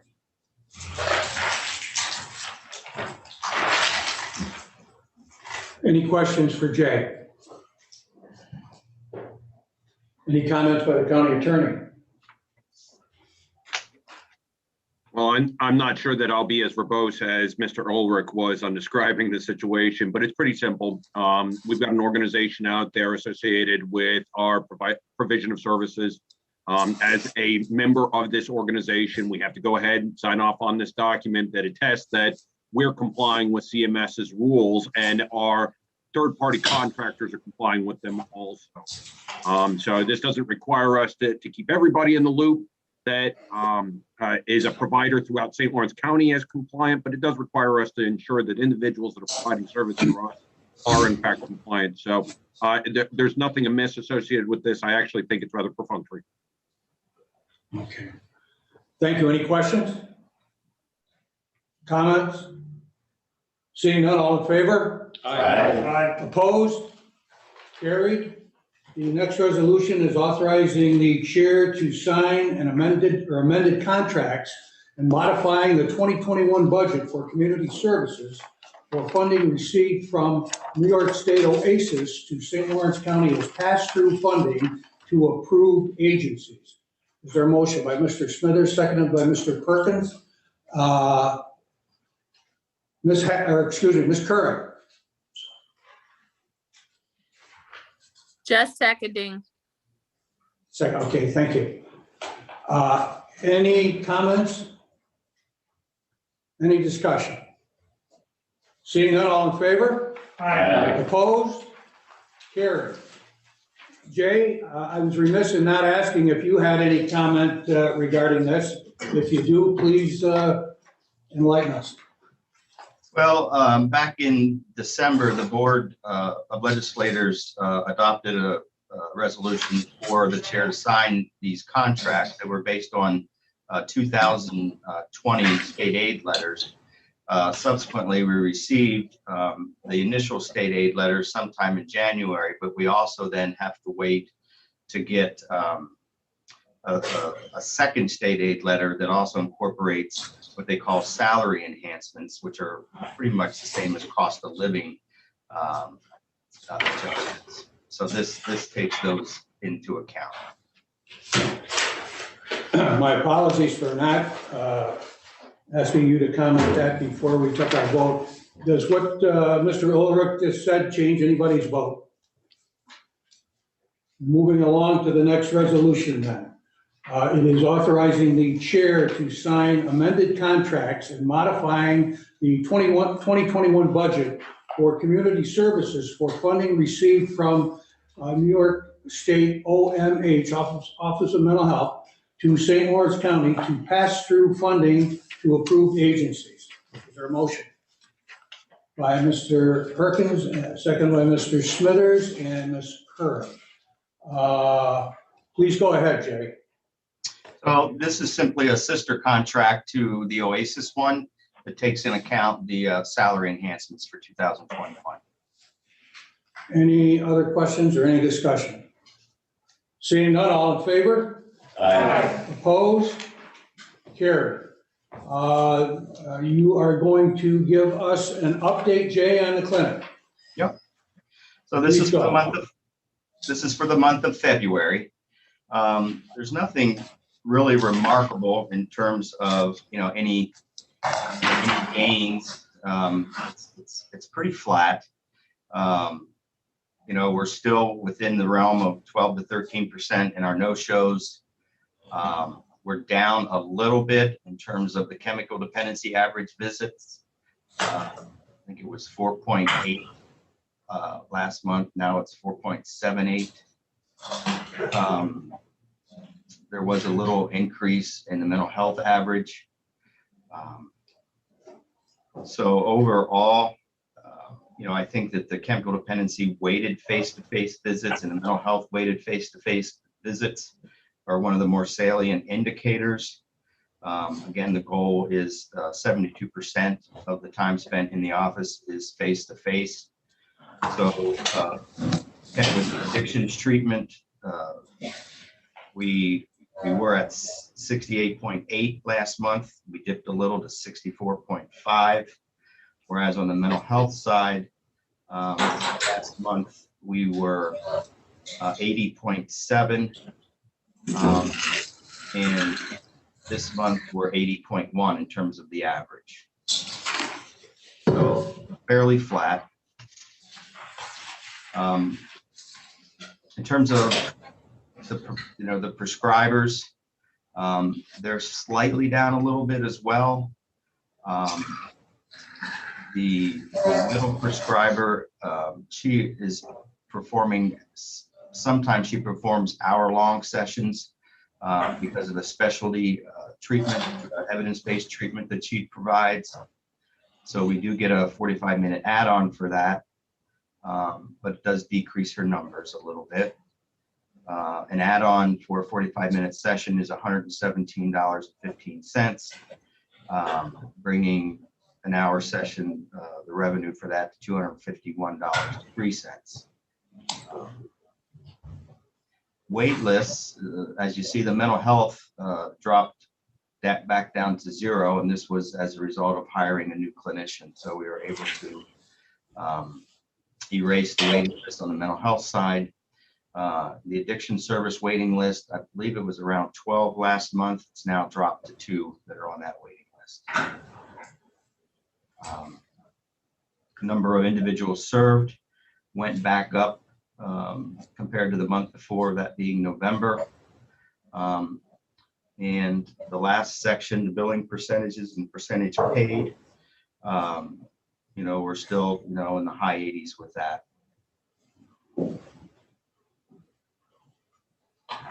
Any questions or comments? Mr. Akers? Jay, on the addiction services, and congratulations on, I think you had 30 for the mental health last month. And you mentioned the clinician was able to, the additional clinician was able to do that. On the addiction services, and I don't know what the addiction is, you probably don't know from this number, when we are full, are we referring those individuals to other services? On the addiction side or on the chemical dependent or on the mental health side? Well, or yeah, on the addiction side, Jay. No, I mean, those individuals are triaged, in terms of risk. But we haven't been referring them out to other agencies at this point, no. Okay, so I guess my only concern is, the example I always used, we were talking about Governor, was if you had an individual that was hooked on heroin and he had spent the grocery money and he came home or she came home and they saw the kids crying, neglected, filthy, dirty, or whatever, and that they decided that they wanted to seek treatment. And they came to the clinic and they said, I need help. And they told you to come back in 2 weeks, and that you missed that opportunity for that individual to take that person into care. So I guess the heroin would be, well, alcohol also would be, either one of them would be a very critical thing. And that's why I wondered if there are other services available, whether privately, the hospitals or whatever. I think it's really kind of unconscionable that we would have a waiting list of 2 if there were openings someplace else. Well, we could certainly do that. I mean, I think there is always patient choice. We can tell them that we have a wait list right now and they can choose to stay on our wait list. Or, certainly if they say that they want to start, more quickly, and make that known, then certainly we could make that referral, yes. I think we would be morally responsible to refer that to someone else if we didn't have room, particularly if there's openings in other services. That's just my opinion. Thanks, Jay. Understood. Anyone else? Mr. Perkins? Thank you, Mr. Chairman. Jay, I'm looking at the bill and the paid percentages for the months from May to September. The amount paid, the percentages are anywhere from 10 to 15% less than what we have billed. Is that something on our end that we're missing, or something out of our control? Or is it some sort of, can you explain that? Yeah, some of that, and certainly not all of it, some of that is, denials that may have not been reworked in a timely manner, but I would say more so it's probably people who are self-pay and or have a copay that we have not collected. Thank you. Anyone else? Mr. Burke? Jay, have you started the new electronic medical record and new electronic billing? Has that begun yet?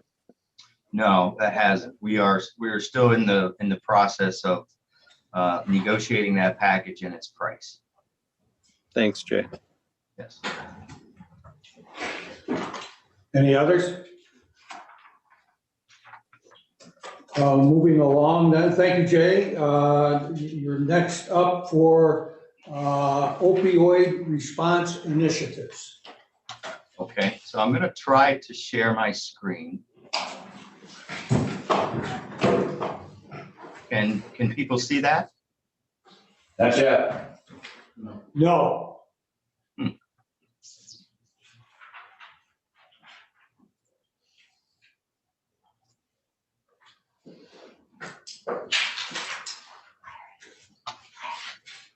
There we go.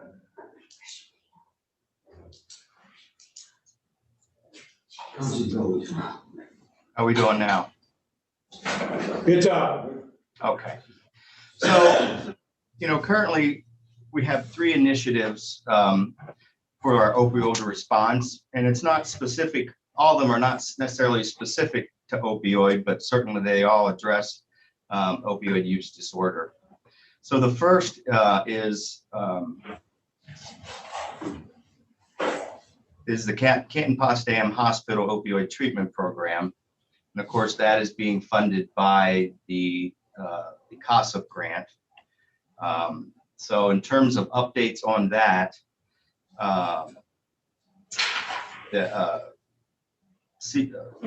Canton Potsdam Hospital got approval from the prior, what they call it, it's a 3A prior consult. That was delayed a little bit because there was some budget concerns that I kicked back, but in any event, we finally got that signed, and that allows them now to move on to the application fee or the application process. And they are contracting that out with an agency called Cicero's. And I believe they're well underway in having that application ready for submission. Additionally, they're working on the physical plan in terms of having architectural drawings made up. And again, this is going to be at the Center Mall. So here's some architect renderings of what some of the office space potentially is going to look like when they complete the renovations there at the Center Mall.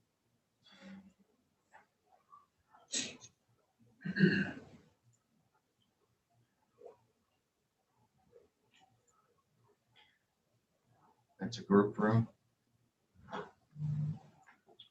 So this is kind of a, I guess you'd say, a draft of the floor plan that they're looking at.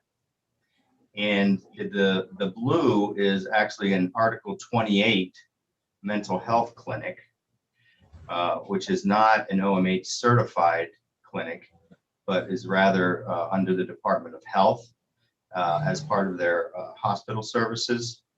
And the green is the OTP proposed floor plan. So it's pretty much, you have a central hallway here, the waiting room, the reception area, offices along this wall. Here is the dispensing room where the dispensing staff will be, which will be nurses. Clients will be on this side of the window. The nurses would be on this side of the window. And they would also have access to the room where the safe is going to be storing the medications. So that's a kind of a rough draft, a preliminary draft of the floor plan. I will say that, there's three different portals to I guess reporting on this grant. One is the Just Grant portal proper, in which we had to accept the grant monies and so forth. The other is called ASAP, which is the vouchering portal, and then there's also a performance portal. So there is a great deal of reporting that's going to go along with that. In terms of hiring the fiscal manager, we're still in that process. We have done an interview, but we intend to do more. So when that person comes on board, I will transfer some of the things that I'm doing and try to get them set up in those very same portals. So that's a funny initiative. Does anybody have any questions on the opioid treatment program?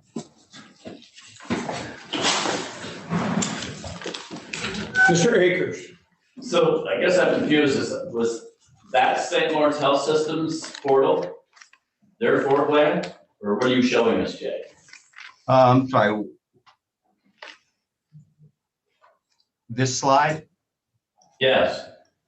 That is a floor plan of the clinic. The green is the floor plan of the OTP clinic. The blue is a floor plan of the Article 28 mental health clinic. Both are going to be located in the St. Lawrence Center Mall in Messina.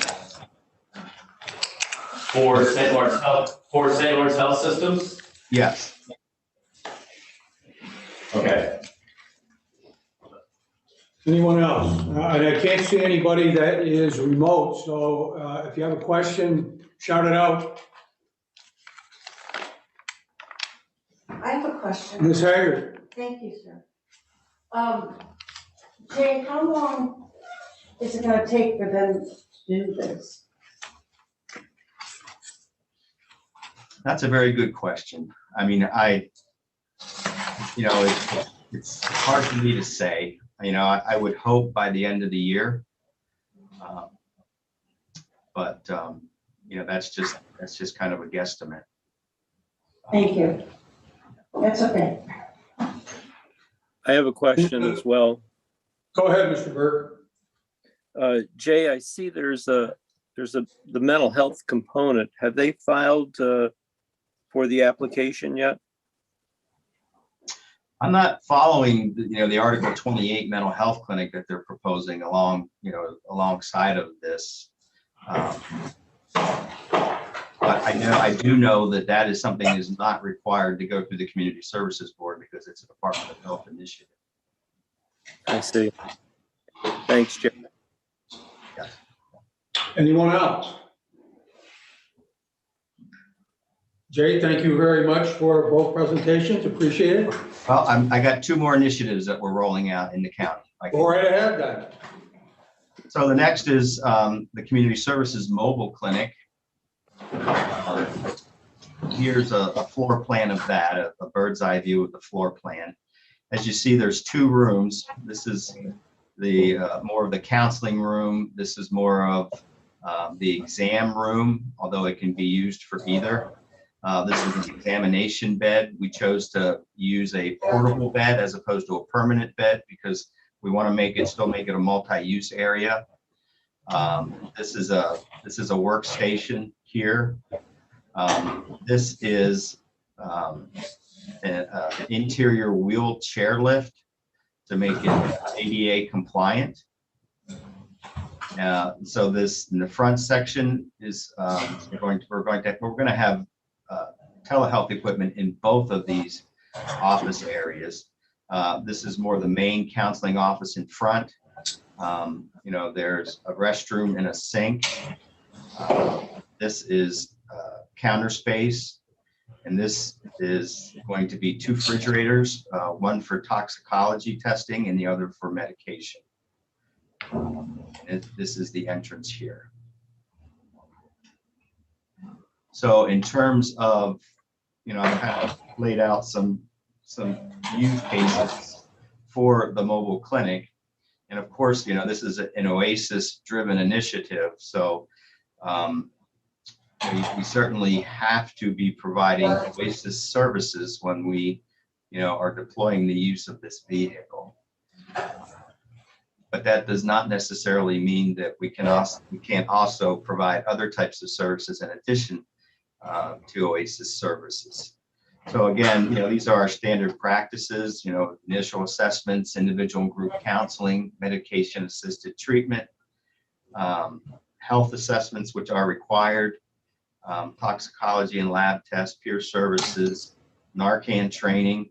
Another use case that we have yet to implement, but we have thoughts of doing, is an expanded syringe access program, which is simply a needle exchange program. There's approximately 80 needle exchange programs across New York State, much like the opioid treatment program. The closest ones to St. Lawrence County are in Watertown, and the other being in Plattsburgh.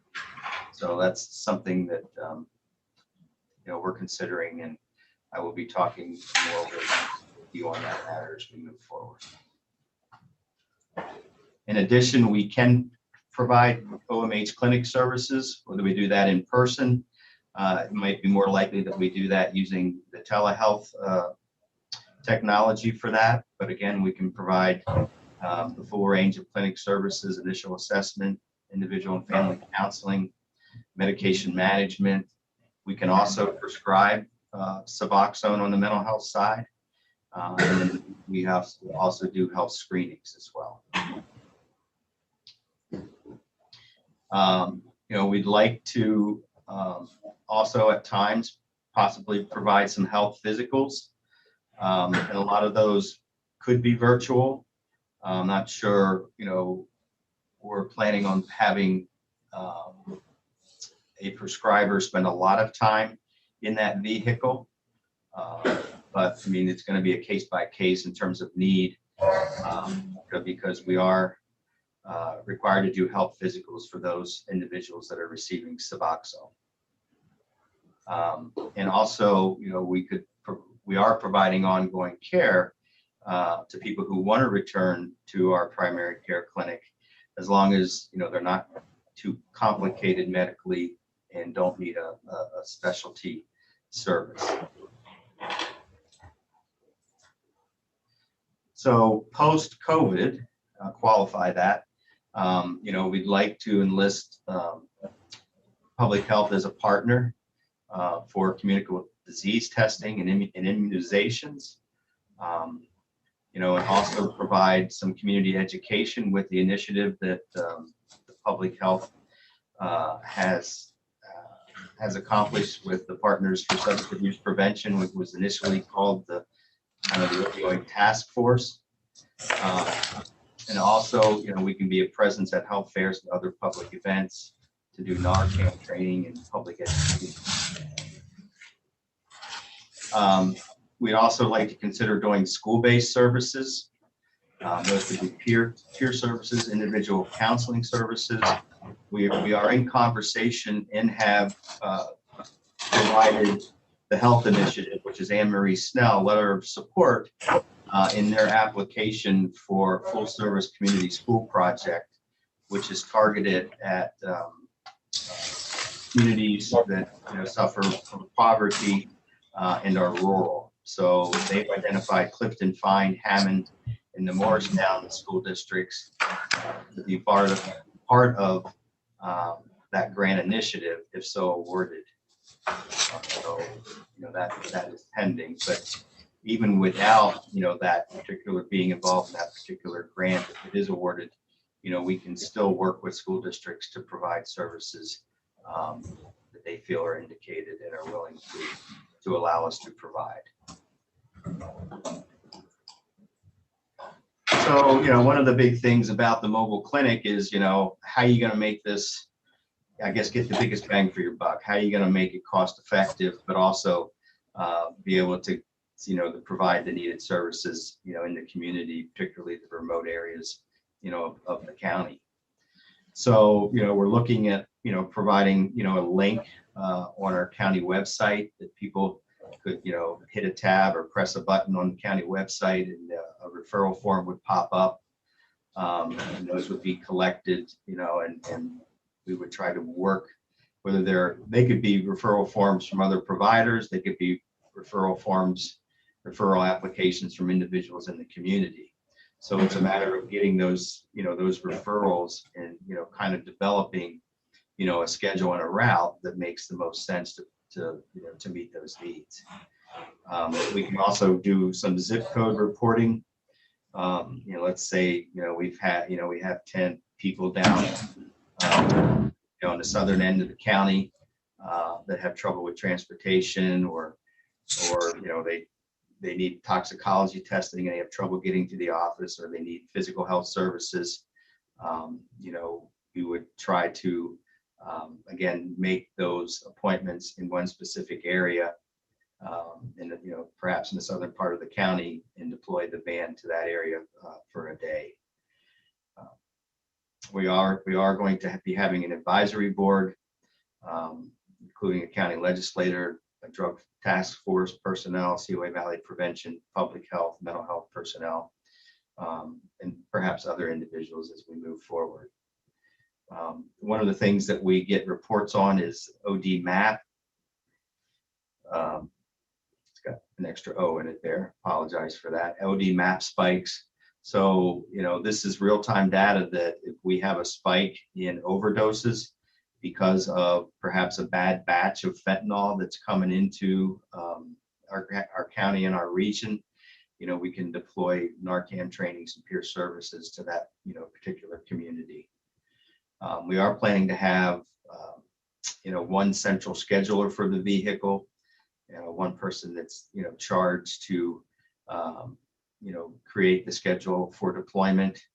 And again, this van is, or this vehicle is, it's kind of an as needed, we want to use it as much as possible, but it's, it might not be that we're going to be on the road every day.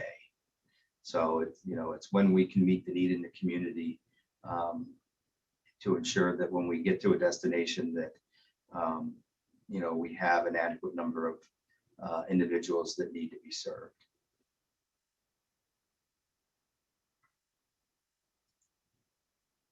So any questions on the ban? Okay, go ahead. Jay, I think you answered this before, but does it require a CDL to drive that thing? It does not. No, it's 25 feet long, so it doesn't require a CDL, but it requires somebody that's got pretty ginger driving skills, I would say. Okay, thank you. Are you looking for a job? Yeah, I was thinking I'd be good at that. Mr. Akers. So Jay, I have a comment and then a question. I know that I've read some things on needle exchange programs, and there's been some data that says that needle exchange programs promote drug use. It's just a comment. It's probably there's mixed data, but I've read that. The other thing is you mentioned on the 2C were the psychotropic medications. I know a lot of work is being done now with LSD in actually treating mental disorders.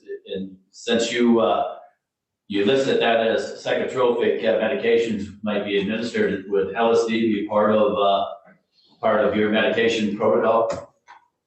No, that's not something that, I don't believe that's approved at the federal level or the state level as far as to my knowledge. Thank you. Mr. Chairman. Go ahead. Sorry, I knew you could see me. I didn't mean to call out to you. Jay, can you give us a timeline on the mobile clinic? I know that we had in the past approved to be able to pass through the funds to get the van up to par and customize it. What are we thinking as far as when this will be actually out in the communities and providing these services? Yeah, that's a great question. So last week, we did give them the signed contract to purchase for the vehicle. So we are in the queue for production. So earlier on in this process, they were saying approximately 6 to 8 months. Now they're saying partly, I guess, because of COVID, it might be anywhere from 8 to 11 months.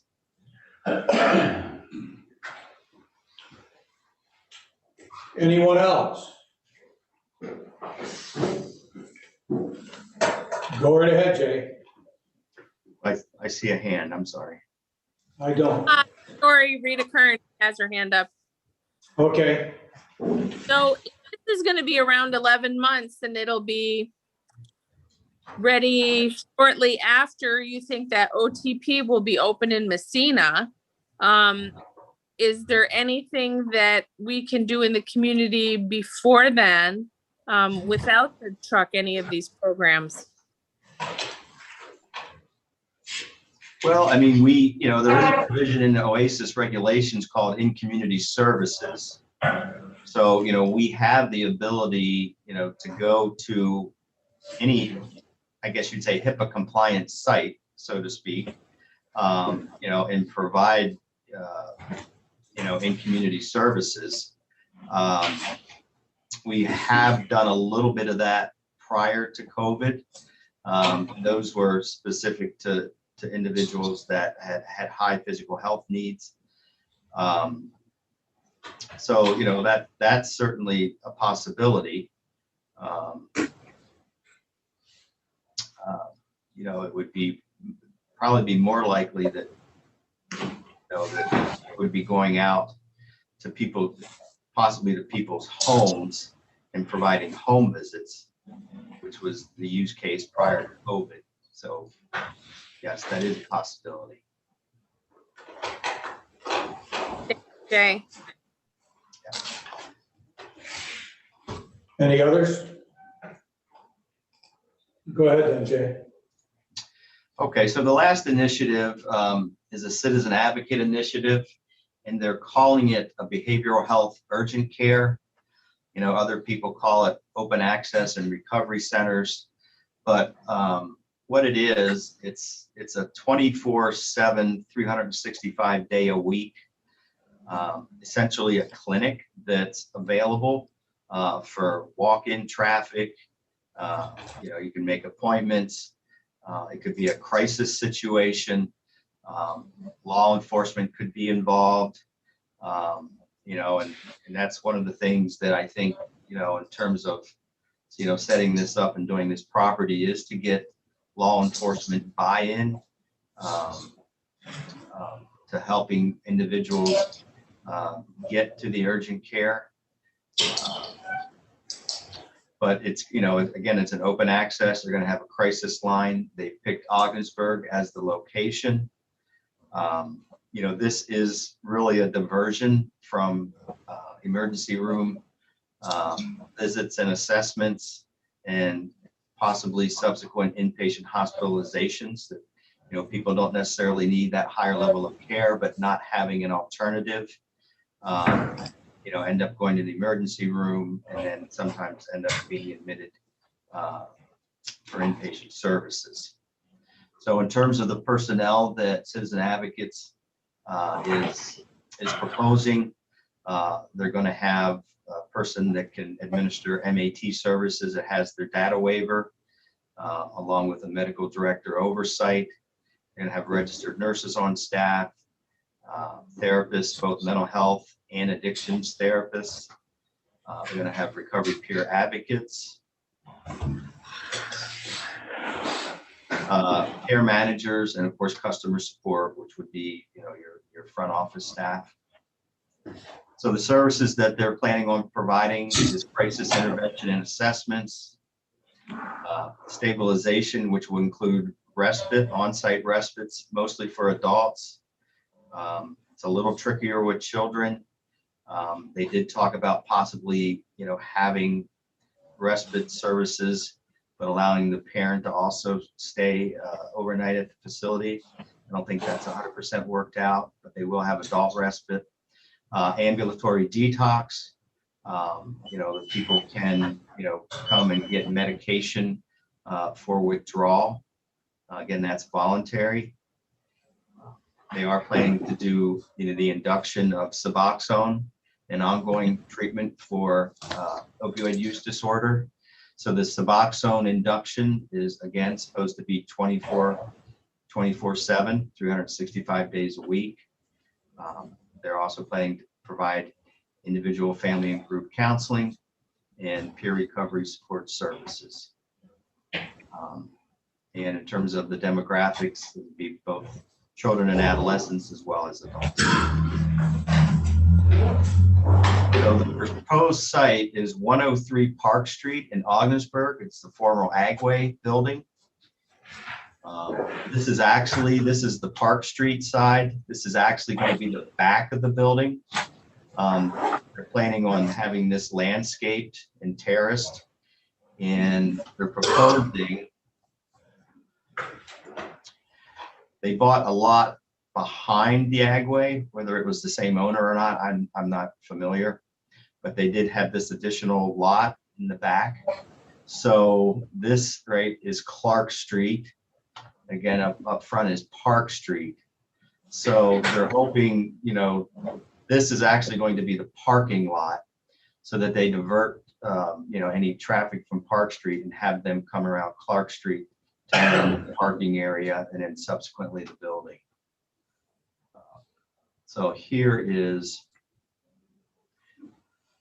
I guess, a draft floor plan, blueprint of how it's going to be laid out on those two lots. Again, this is Clark Street. They are going to have access from Park Street to go around the building to enter in and come in this way to the parking area. This is going to be the main entrance here. They're going to have a children's side and an adult side, I believe, and then the respite beds were going to be located would be the back side of the building. And again, the time frame on this, their timeline is hopefully to have this operational by the end of the year.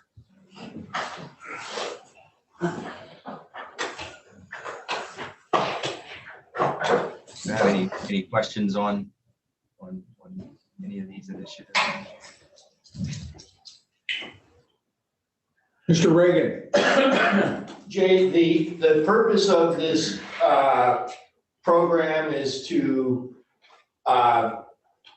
help move some of these overdoses and other individuals who have severe addictions to this program as opposed to being taken to the emergency room. Is that what I'm hearing? Yes, that's a huge part of, I guess these open access and recovery centers being populated, across New York State. So yes, that is one of the initiatives, that was, certainly, made clear by OASIS and OMH that, St. Lawrence County does have high rates of emergency room visits and subsequent hospitalizations. So yes, it's going to. Now, what's the plan in terms of working with the rescue squads and other folks to make them comfortable about the idea of bringing their cases to this as opposed to an ER? Yes, that, like I said, the first responders are going to really have to be in on the ground level of this development so that, that they become familiar with and that we get, I guess, buy-in from them and they feel like they're part of the process of the development of this, kind of diversionary type process service. So yes, that is, that's key. That's very important. Have we gotten Matt Denner and the advisory boards on his side of the house involved in this so that they're aware of what's happening? I'm not sure if they've reached out to Matt specifically.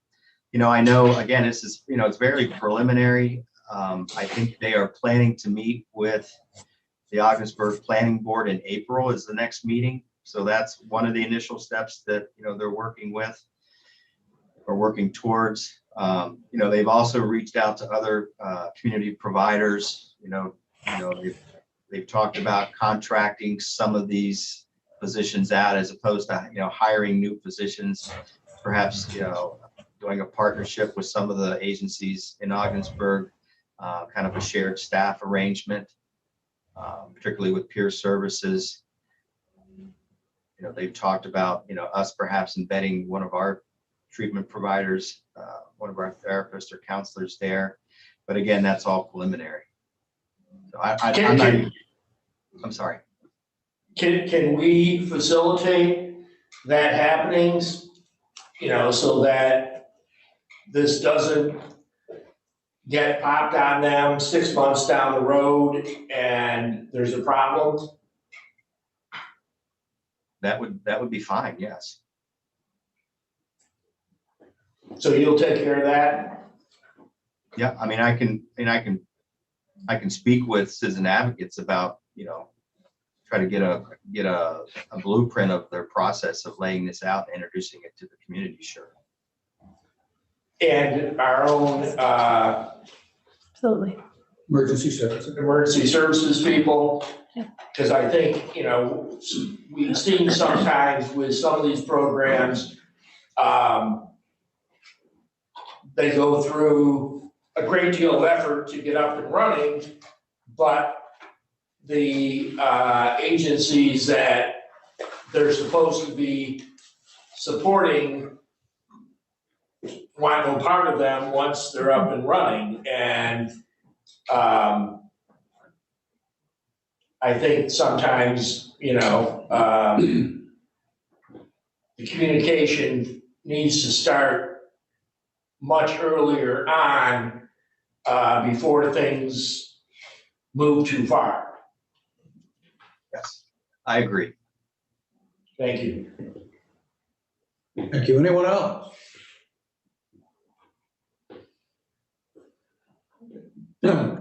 Jay, I assume that was the end of your presentation? That is, yes. Great. We thank you very much. Very enlightening and very interesting about what's going to happen with clinics down the road.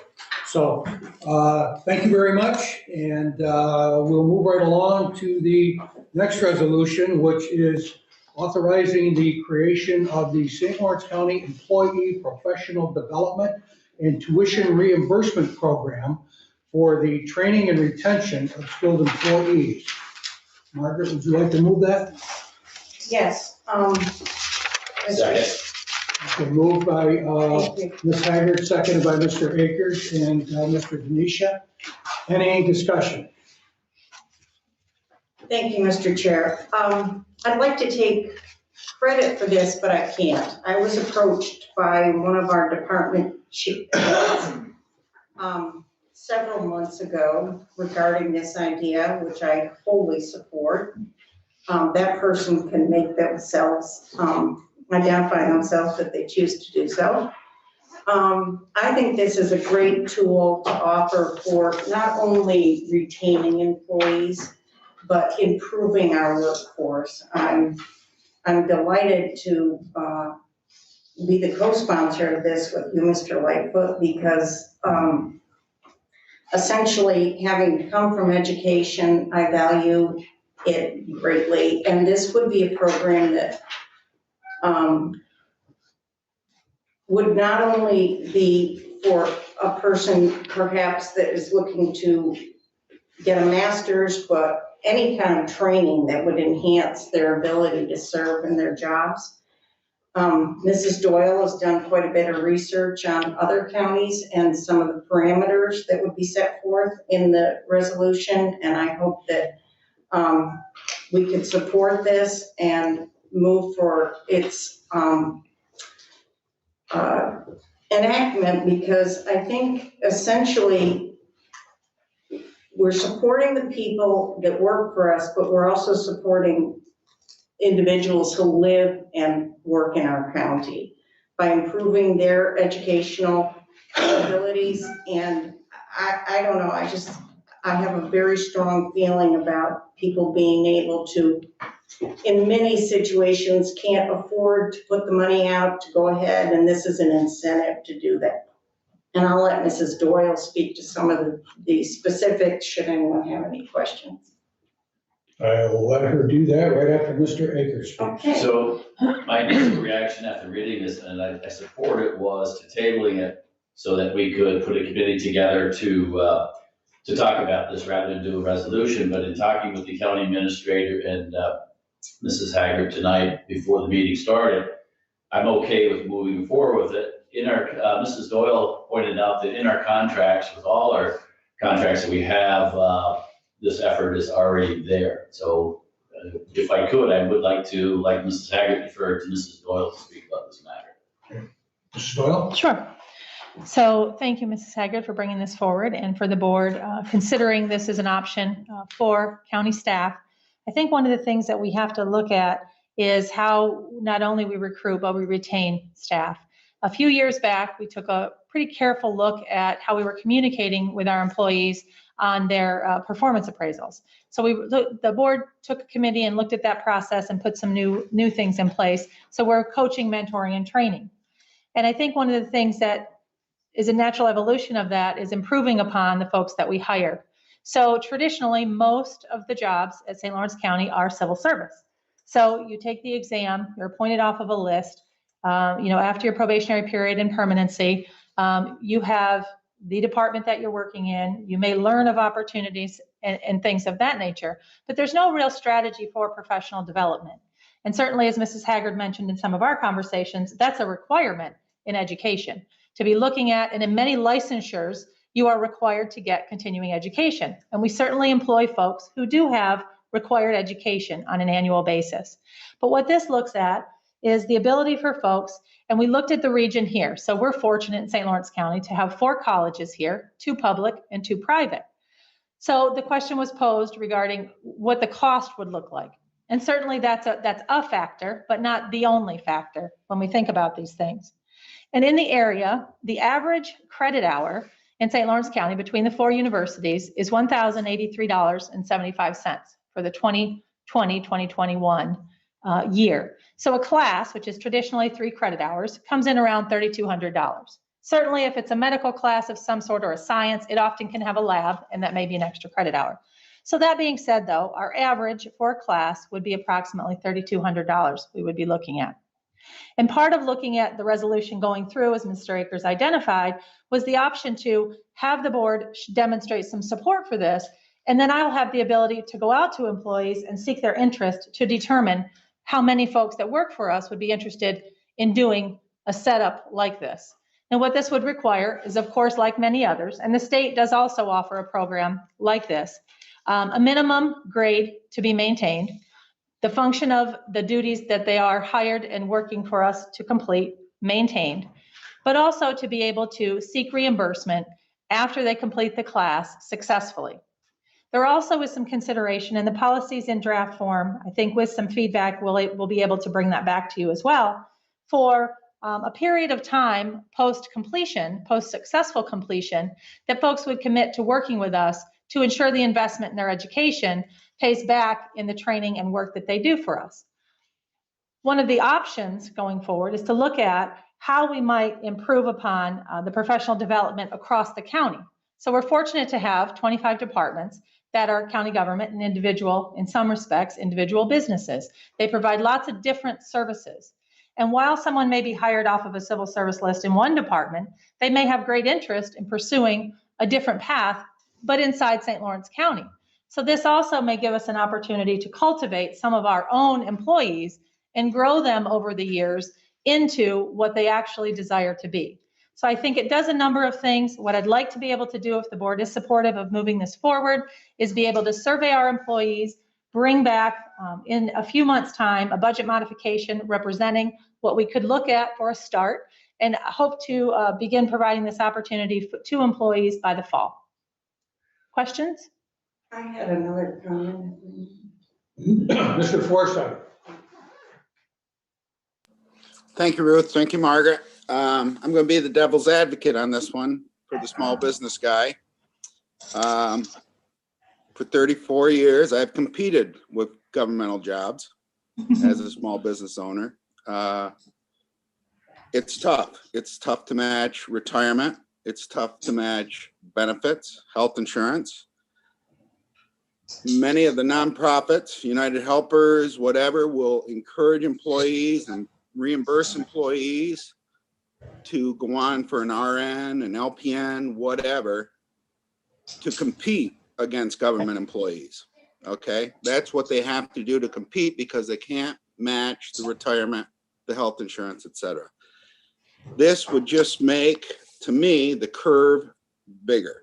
I write many small businesses as customers, and I feel it'll just put it harder and harder to match. I love the idea. I love the concept, but I don't like competing against small businesses who already struggle. And in the third whereas, the NFIB, National Federation of Independent Businesses, I've been a member for probably 30 of the 34 years, maybe 25. If you use this scenario in this resolution, a quarter of those surveyed reported their single biggest problem is finding workers with skill set employers. I would bet more so would be competing against governmental employees to get those good employees. I've been blessed myself. I've been blessed. I've been able to get good employees over the years. I've got a bookkeeper of 34 years who I wouldn't trade her for the world. But I know how businesses struggle against this exact scenario, and to add this onto it, it's just unfair. It's taxpayer funded against a business that has to make this revenue on its own. So I will not support it. And Margaret, I appreciate and I applaud the idea. The other thing that really drives me crazy, and it's been driving me crazy for years, is the governor's list. Are you familiar with that, Ms. Haggard? The governor's list? The governor's list. Are you familiar with the term? No. Well, the governor's list is if you don't take a civil service test and you want to work for the state or the government or any other one of those individuals, you have to be on a list, and it's usually party motivated. And it makes it very hard for individuals to get into that system when they can't be on that party governor list. So I won't support it. Those are my thoughts on it. And I applaud the concept. I think it's a great idea, but I can't support it as a business owner and for the business owners I know and rely on. So thank you. Mr. Denisha. Thank you, Mr. Chairman. When I first saw that Ms. Haggard was going to be bringing this resolution forward, I sent her an email essentially saying kudos to you. I think it's a great resolution, and I think it's something that's long past due. I think it, and I just a little background on the first whereas states is St. Lawrence County is one of the largest employers in the North Country region. Well, I had the opportunity, the good luck to work for one of the largest employers in St. Lawrence County for many years. That was Alcoa. And Alcoa had a program such as this. I don't like to call it a program because a program implies that there's an end, but it was just a way of doing business. And it didn't matter what your job was, if you were a custodian or if you were an electrical engineer. If you wanted to further your education, Alcoa would pay, providing you maintained a certain grade average. And what that did, the philosophy behind it is the same philosophy that drives this. It aids in retention of current employees, and it also aids when you're looking to hire new folks. But it's a clear benefit. It's a benefit to the employees. It's certainly a benefit to the employer. The other thing it does, if we have something like this where we can increase someone's skill set, it's got the potential to expand their career path. It can greatly broaden the career path. And for some of our folks, they're in jobs that there really isn't a clear-cut career path. But if they were to get some additional training, then perhaps they could get into a different job if there was a career path. So I think it's a good thing to do. I think it's the right thing to do. I fully support it. And it would be really nice to get to a point where folks say, boy, I would really like to get a job working for St. Lawrence County. Thank you, Mr. Denisha. Mr. Perkins. Thank you, Mr. Chairman. A question for the county administrator. Don't we have language in our union contracts? Aren't these some negotiated items? They are already in our contracts, yes. Yes. So how would that affect us in the unions? Well, it's most of the language in our contracts reads on a case by case, and some include subject to appropriation language. So there already is a benefit there. I think it actually just gives policy to what's been in the contract for a very long time and gives us an organized way to go about doing it. I don't know that many have taken advantage of it. I think, a lot of the language in the contract speak to workshops or, short of bookended seminars, things of that nature. But this actually looks at professional development. So what it also does for our employees is tries to take a look at what their intentions are, what their interests are by department and identify what opportunities there might be for that. I was a little concerned at first. I thought maybe we were putting the cart before the horse by not having the policies in place before we put this through, but it sounds like you've already got this going on now. And I like the one detail that you had mentioned, so that people can't just use this as a stepping stone, give them some training and then leave. They'd have to stay for a certain amount of time. I like that aspect, so thank you. And if I could just expand on that a little bit, the idea would be to be able to gather some information from employees if the board was supportive, and then I would bring you back the completed policy as well as a budget modification when we have that information within a few months. Mr. Reagan. As you move forward with this, you mentioned that, we have a program in place under the contract, but a lot of people don't use it. We might want to have some conversations with the colleges, because I would think that there'd be opportunities for them to tailor some of their programs to provide the needs that our county has. Because, often when we're hiring, we're looking for people with certain skill sets. And, obviously the people who tend to apply for a lot of the jobs are people who work for us. But if, they have the opportunity to take courses to better themselves so that they are more likely candidates for the positions that they wish to apply for, working hand in hand with the colleges to get them those skills, I think in the long term would help us. And I think that,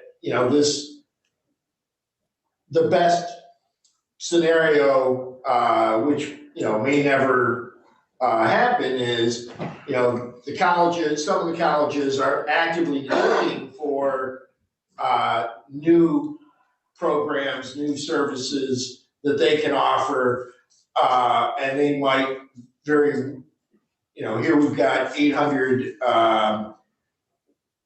potential students. They might be willing to take on some of the administrative responsibilities so that you and your staff aren't spending a lot of time on this. Anybody that hasn't spoke, like to speak? Mr. Burke. I commend Margaret for bringing the resolution forward. I think anytime you increase the knowledge, skill sets of our employees, there's a direct correlation to the quality of services that we deliver.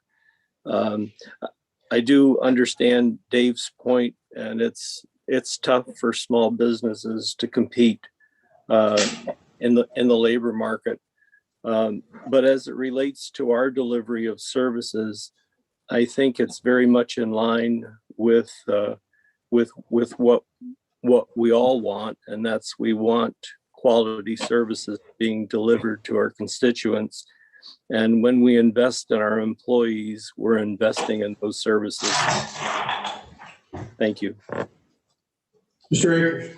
But I think Mr. Burke mentioned most of what I was going to bring up. I appreciate legislative foresight bringing it up. This is true because the private sector cannot compete with the county with its benefits for secretary positions, Class A drivers that are leaving private industry and actually working for the county. Class A drivers are in demand. Hopefully with Kenton Tech as a program that's going to be training 10 individuals, I think by semester possibly, that'll help alleviate some of that. But it's true, we can't compete the county cannot compete for nurses is one area that we do have a deficit. So we are looking at this, is the way I look at it is we are a business in ourselves that we are responsible for. And that if we can invest in our employees with taxpayer money, it will actually benefit the taxpayers and the services that we provide at a higher level. And so I'll continue to support this. I don't believe at the county, at least currently, and maybe in the past, there are no political hirings here now as some of our local institutions, whether it's corrections, psych center, or New York Power Authority, those seem to be politically controlled. One of the things that we need to consider is how will we offer these opportunities and what are the time slots for these classes, whether they're night classes or so. I would be interested if the chairman is putting forth a committee to help talk about some of these issues. I'd be more than happy to serve. I think that well, the county administrator Doyle had mentioned that in the past, individuals were required to put the money up front. I would, in my opinion, I think that after they've been, that they shouldn't be reimbursed until a full year after that service. So we have the benefit of that training. At least we don't want to hold people back from moving into new jobs if opportunities come up. But at the same time, I think that taxpayers should expect return on their investment. So I would advocate for a year. But just to repeat myself again, I would be interested in serving on the committee. Mr. Fred? I think we've got to look at another thing too. We're not only supporting our employees, we're supporting our core colleges. And it's really a great benefit a lot of times when you've got a classroom with young students where you've got an older student with job experience in the classroom to add to the atmosphere of the classroom. So I'm supporting it for two reasons. Helping our colleges, and I guess we got to include Wanakena in this too. Yeah. And basically our employees. Thank you, Dan. Anyone else? Margaret, do you want to address? Yes, thank you, Mr. Chair. I wanted to reiterate that I am the messenger and I am 150% behind this, but Mrs. Doyle and her staff, Mr. Button, and I believe Mrs. Dorothy have been very instrumental in pulling this together. And they will be asked to come up with information, and I really appreciate all the work that you've done and you're offering to do to move this forward. Thank you. Thank you. Anyone else? Seeing none, all in favor? Aye. Opposed? Carried. It was wonderful. Mrs. Doyle?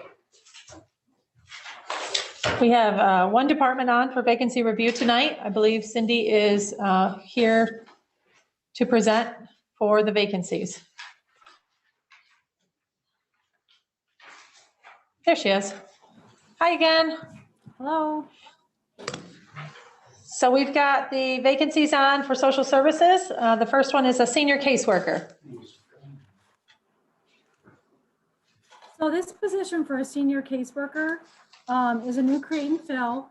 And what we're looking for this position is to have part of a caseload and to also help provide, we find it very important to have one of the caseworkers help provide some of our training as we move forward with not only getting our department back to where it needs to be currently, but as we move forward to family first.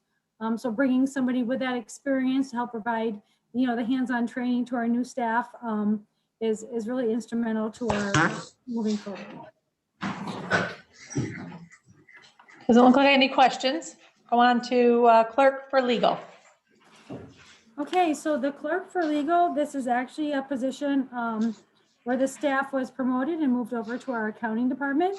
So we are looking at backfilling this position. This person does a lot of work on paperwork and filing and stuff for the legal department, which has piles of paper. So we're hoping to get this position filled immediately. Questions? Okay. TA and SNAP, social welfare examiner.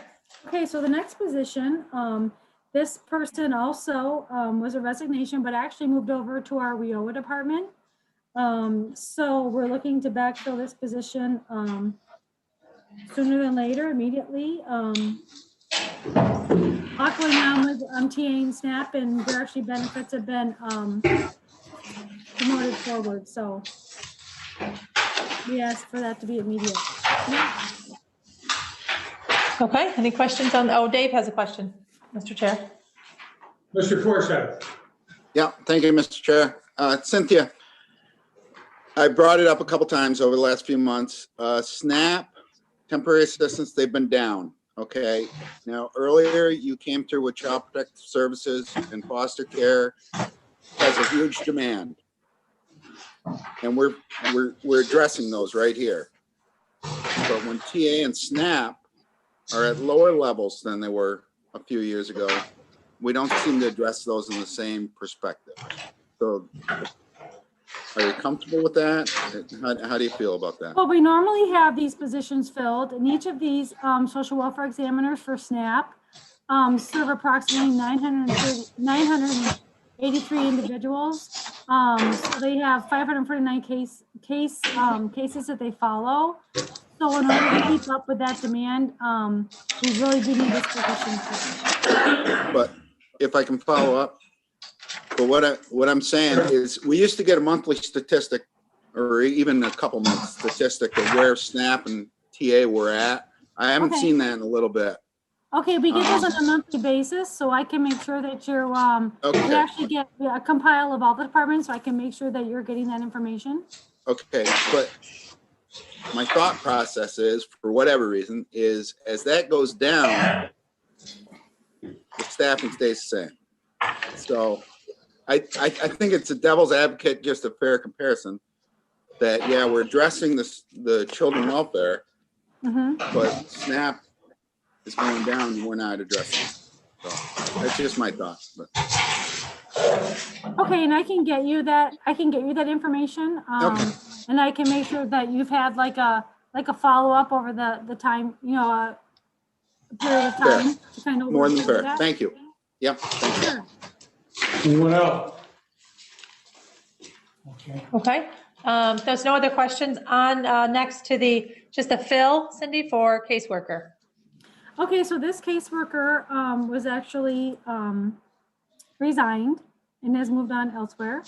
So we're looking, of course, we are already kind of down in that area, so we're looking to backfill this position as soon as possible.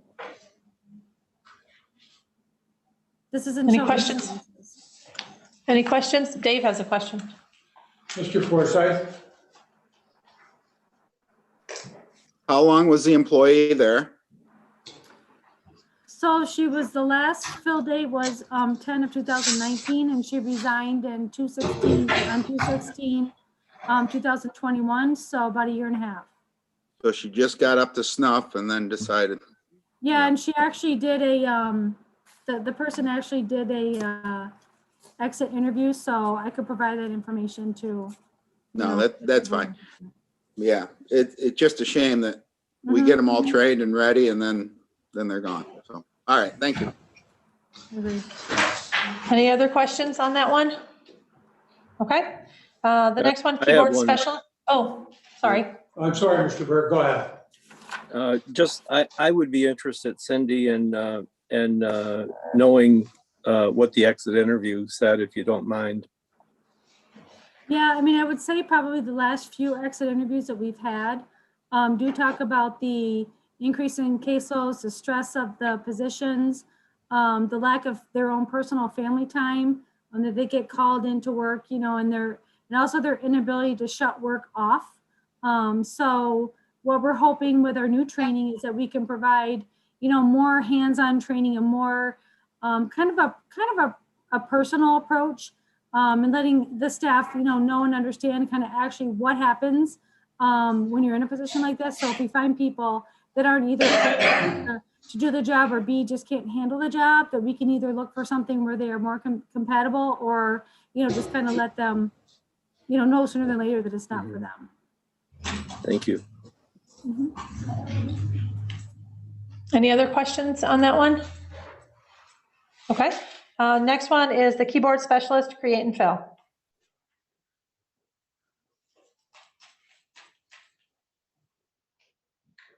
Any questions? Cindy, are you there? No, I think we lost her. Oh.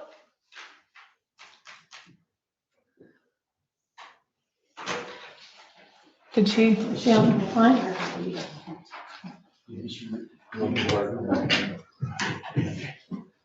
Give us just a moment.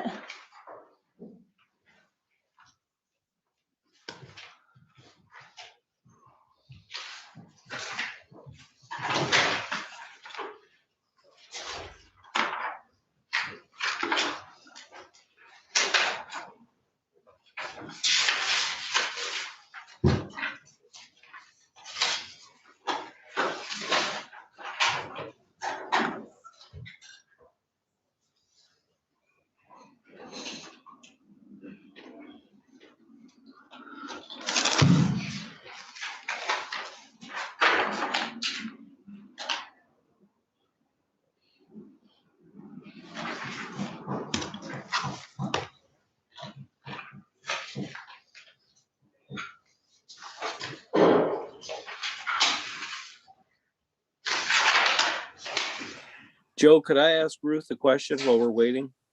Yes, sir, you can. Ruth, are these, I may be missing it, but are these all immediate fills or I guess I'm looking to see. I don't think they were. I think they were 30. I think, John, I think these were this group with the 5 caseworkers, the kinship navigator caseworker, and the keyboard were 30-day fills. Okay.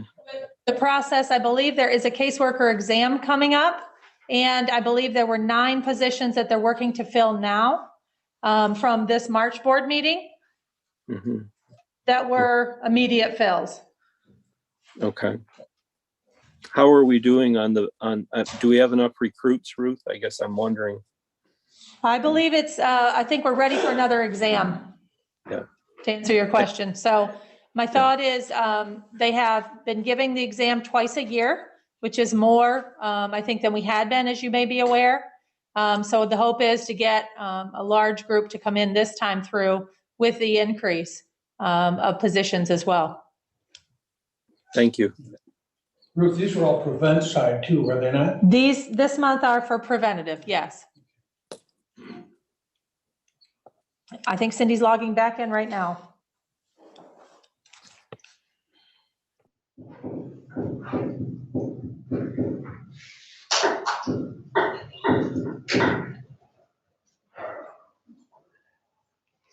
You see that?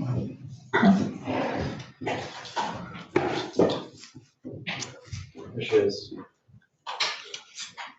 There we go. I think Dave's got his hand up.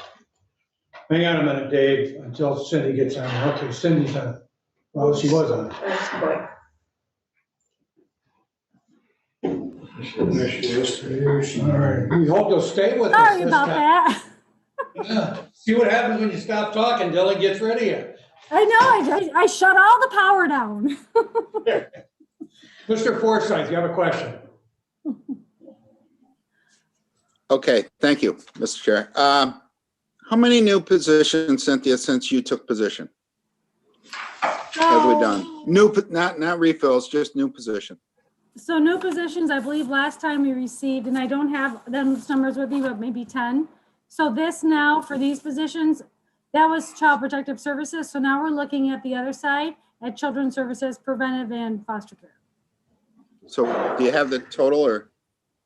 I'm sorry, I couldn't hear you in and out, but roughly. So initially for the first month, we were looking at 8 new caseworkers, which consisted of 5, this was for CPS, there were 5 caseworkers, 2 home finders, 1 kinship, 1 grade B supervisor, and then we did the co-location for the drug testing. And then this time we were looking at adding kind of staff for the other side for preventative. Almost basically similar, mirroring what we brought in for. Yep, just to equal it out. Yep. Are you comfortable this will be enough or is there more in the works? We actually have more in the works only because we're trying to even out with Family First coming. But I know that this seems like a lot, but I think if everybody can look at this as getting through this, the process, then getting over the, like if you look at the numbers going up and then evening out, it took us 6 years to get here, evening out that curve and bringing it back down. Then as we start bringing numbers down through attrition, we can start getting back to the numbers that we need, almost probably not as fast, but hopefully it'll become quickly. It is going to take a couple of years though to be able to get over that curve and begin to reduce the numbers more significantly than how we can to begin with. Do you have a just one more follow-up?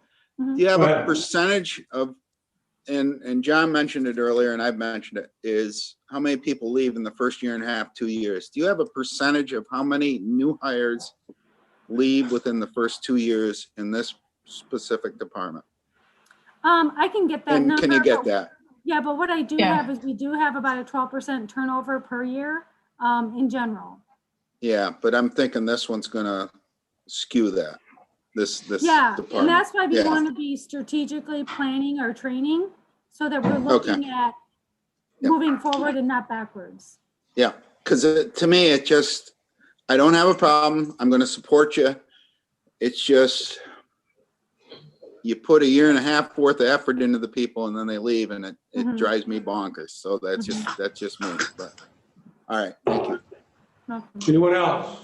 If I could, Joe, I think the last time that we looked at this, and it's probably been about 12 months, we were looking at between 3 and 4 per year. But certainly Cindy and I can take a look at specific to CPS and then prevent what we're seeing as far as turnover. Mhm.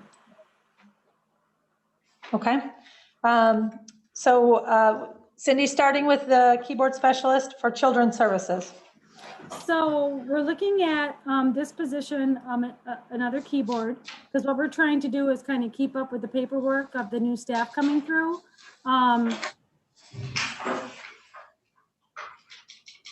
So this caseworker, or this keyboard specialist will be on the preventative foster care side, and will be comprised of 5 of the workers. We try to kind of correlate that with the Bs as well, so it's similar, so that we're supporting each unit, so to speak, with all that paperwork and process. It takes that away from the caseworkers, so they can actually be, spending more of their time on with their families.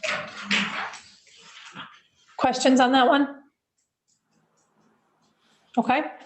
And then I think it probably would be fine, Cindy, if you want to speak to these up to the supervisor as a group. Okay, so the next 5 are the caseworkers that we're looking for children's services. Like I said, we're trying to kind of balance out each side so that we can see kind of, and then evaluate kind of where we are with moving forward. Again, each caseworker has approximately 30 kids plus on their caseload. So we're looking at trying to bring that down so that we can provide these services, more evenly, more consistently, and work quicker with the orders of the court. Questions on that? I think the intention also, Cindy, if you wanted to speak to, similar to CPS with the pool idea for this one. Yeah, so with this, we're also looking for, like we are working with the CPS workers, is trying to keep it consistent where we won't have to keep coming back and asking for, positions to be filled. That if we have this ongoing pool going of caseworkers that are in the training phase, we can keep pulling from that pool when people leave or, for whatever reason, terminate, retire, whatever. So we won't have to wait so long to backfill that position, and we can keep that caseload going, because every time someone vacates, that caseload of 30 or 40 people goes to another. I know I've said this over and over, but we're hoping that keeping this pool will help to keep feeding the people that are leaving. And a shorter time frame, I think, too, we talked about with getting up to speed with the families involved. So if they have some understanding of it already, you're cutting down the time on the cases. Yeah, and as we have these staff, start going through this training and they're learning, we can give them more hands-on experience. We can give them more mentorship. Our idea also is to have, some of the grade Bs that are going to be taking over those workers, work with them more, kind of hands-on through the beginning process, you know, until they actually get into their positions, so they can get accustomed and used to kind of what they're doing. And I think having more hands-on and more insight will help with our retention as well, you know, feeling that support. Any questions? Okay, do you want to just speak that last one, Cindy? Caseworkers is another kinship. Do you want to speak to that? Yeah, so the 6 caseworker is actually going to be our last kinship navigator that we need for the Family First initiative. And like I've spoken before, kinship is going to be a huge piece of Family First. As of October 1st, 2021, they would really like to see at least 50% of our kids in care in a kinship. So we are also, not only with our new children coming into care, working on that kinship criteria, but also maybe looking at some of our kids that have been in care for longer to see if we can outreach to see if there's, you know, we can seek and find some more kinship potential possibilities for these children to remain with their family or family member. Questions on that one? Mr. Denisha. Thank you, Mr. Chairman. Ms. Agaman, I do have a question, and it's regarding the detailed justification. You state the average caseload size for each foster care or preventive caseworker is currently 14 cases. OCFS recommends 12 foster care youth worker. Some caseworkers currently have 25 cases. I guess I'm curious if you must have some, there must be some caseworkers that have well less than 14. Yes. So why the disparity? So there's some caseworkers. Yeah, Cindy. there's some caseworkers that have probably in foster care prevented that probably have up to 30 or 40 children. And those are probably our more experienced caseworkers. We do have a lot of newer caseworkers that just can't handle a caseload like that yet. So you're going to see that they have a lesser caseload. But the ideal caseload, if you look at all the research for a foster care, is to have 12 children on their caseload. That way they're able to provide the services that are, you know, required for us to get them into permanency sooner. Okay, thank you. Anyone else? Anyone else who hasn't spoken? Mr. Forsyth, go ahead. Cindy, how long before they're up to the task of 12? So, how do you feel?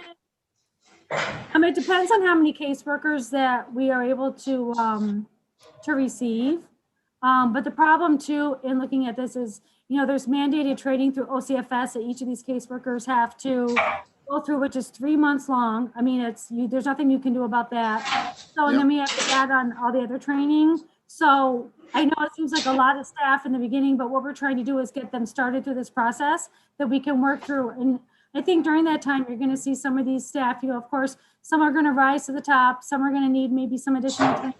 So we're trying to kind of look to see how many people we can get into training so we can start picking out these staff that are rising to the top, get them, you know, maybe expedited through some stuff and get them working sooner than others.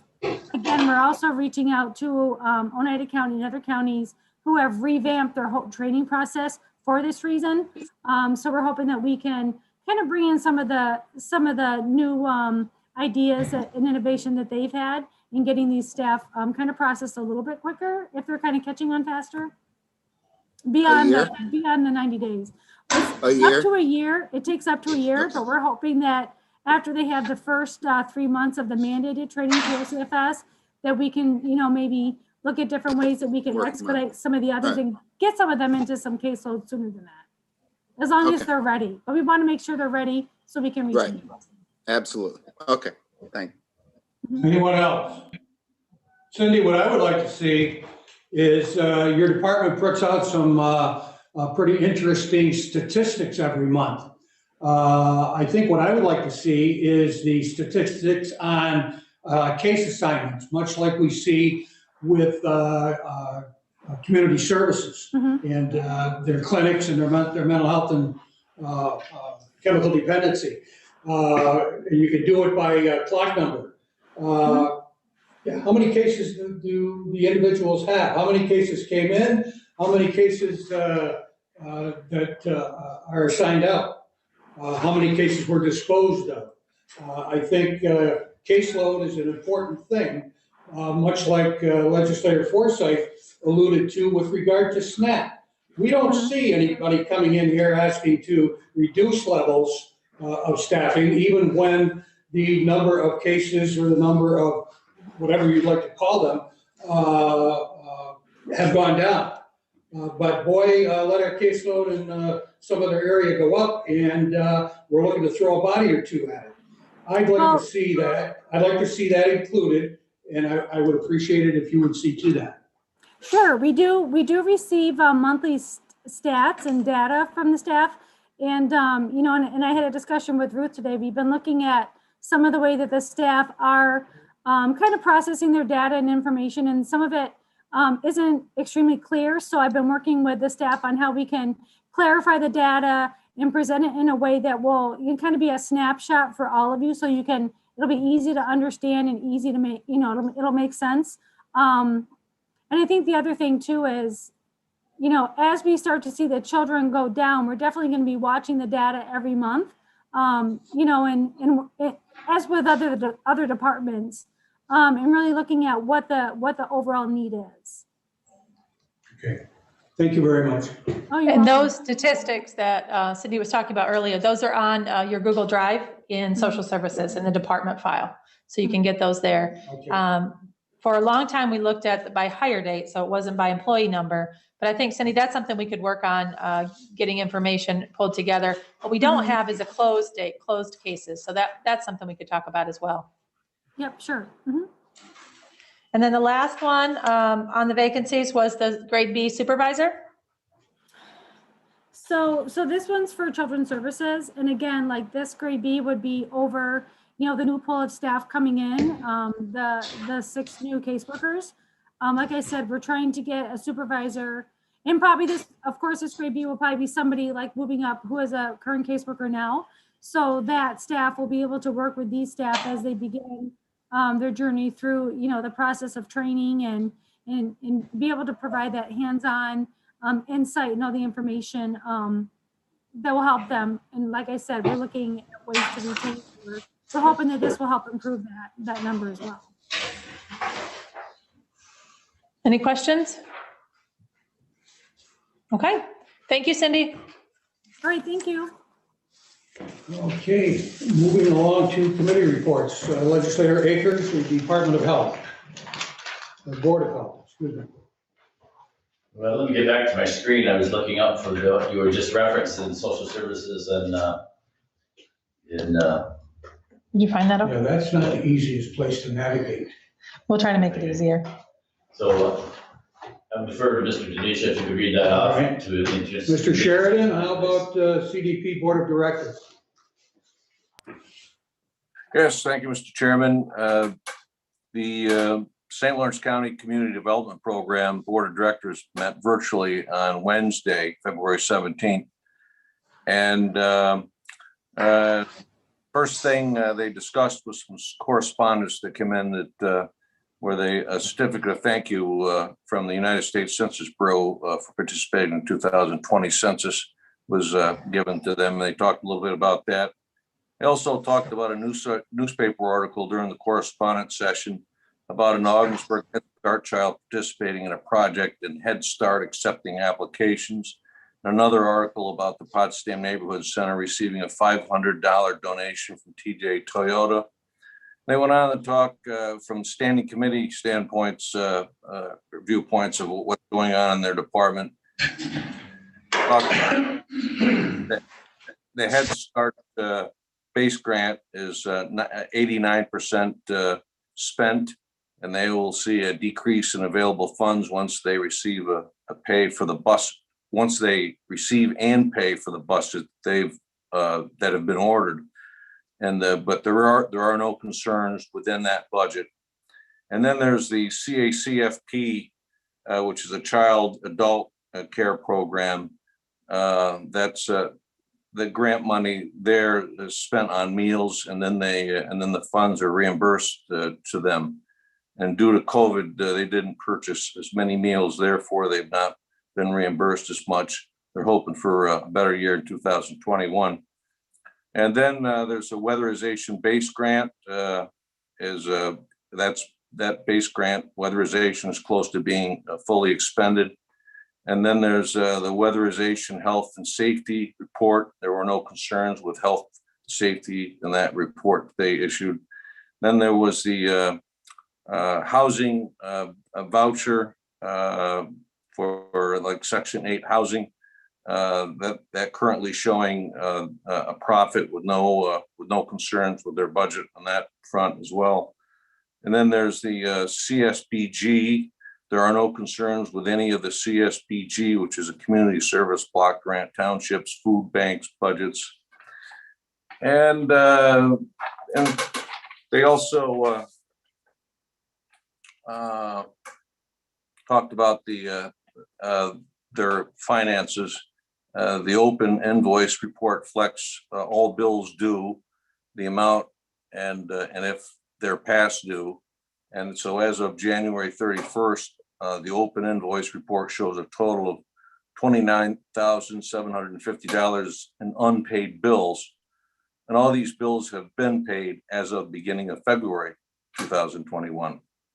So their agency balance sheet, there are no concerns with the balance sheet for the end of January. The balance sheet reflects a $1,114,758 in assets, and the same for liabilities and fund balances. On their cash status, as far as that goes, the cash status as of January 31st, 2021 was $319.52, and all accounts are doing well. The general checking account is used on a regular basis, so that is why that fluctuates so much, showed so in the report. The savings account has more money than usual due to the COVID money received. They do not keep extra funds in their checking account for security purposes, it was reported, and they're in the process of checking the rates at different banks to transfer funds. And lastly, they're currently conducting a Head Start self-assessment. The questions asked, Barb Adams explained the process and the purpose of the self-assessment. The questions asked on the surveys will reflect performance standards and will be specific to each service area. And all the surveys will be individualized to each center and visitor. And there are 2-week turnaround for the surveys to be returned. Once the surveys have been returned, they will be compiled and the summaries will be completed at the end of March, and a fully completed report will be presented to the Policy Council and Board of Directors in May. So that pretty well sums up what happened with that community development program meeting. And they're meeting next Wednesday as well. Thank you. Seeing none, Legislator Curran has been called away, so she's not available. Legislator Denisha, the Office for the Aging Advisory Board. Mr. Chairman, I have nothing to report since my last report. But we unfortunately we had, it seems like as soon as we fill positions within the Office for the Aging, especially the home delivered meals positions, they come to work and then they don't like it anymore. And so we actually lost two more recent hires. They decided they didn't want to work anymore. So if you know anybody looking for a good job, call Office for the Aging and Margaret. You want a good job? I'm gonna drive that. I'm gonna try to drive That's all I have. Thank you. Ms. Terminelli, the Youth Advisory Board.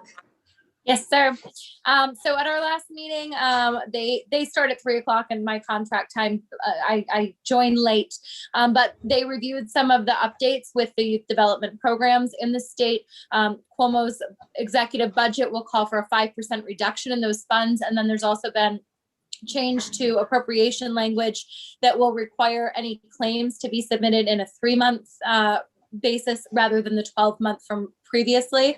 And then much of the rest of the discussion was updates on initiatives and programs that we have been working on over the past several months, or that we've been planning to launch in the upcoming months. So an update on some of those. We have our Connecting Seniors and Youth. So the Pen Pal program. Again, we have so many youth that have signed up to participate, kind of lacking on the senior side. So if anybody, and you know, it really does not even need to be seniors at this point. Anybody that really just feels a little shut in, maybe just wants to communicate. There's whole classrooms that have signed up, and there are schools all over St. Lawrence County that have signed up to be pen pals with any kind of older adults. So all of that will go through the Youth Bureau office. So it will be, it's kind of anonymous. There's no direct exchange between the adults and the students. It all will go through that office.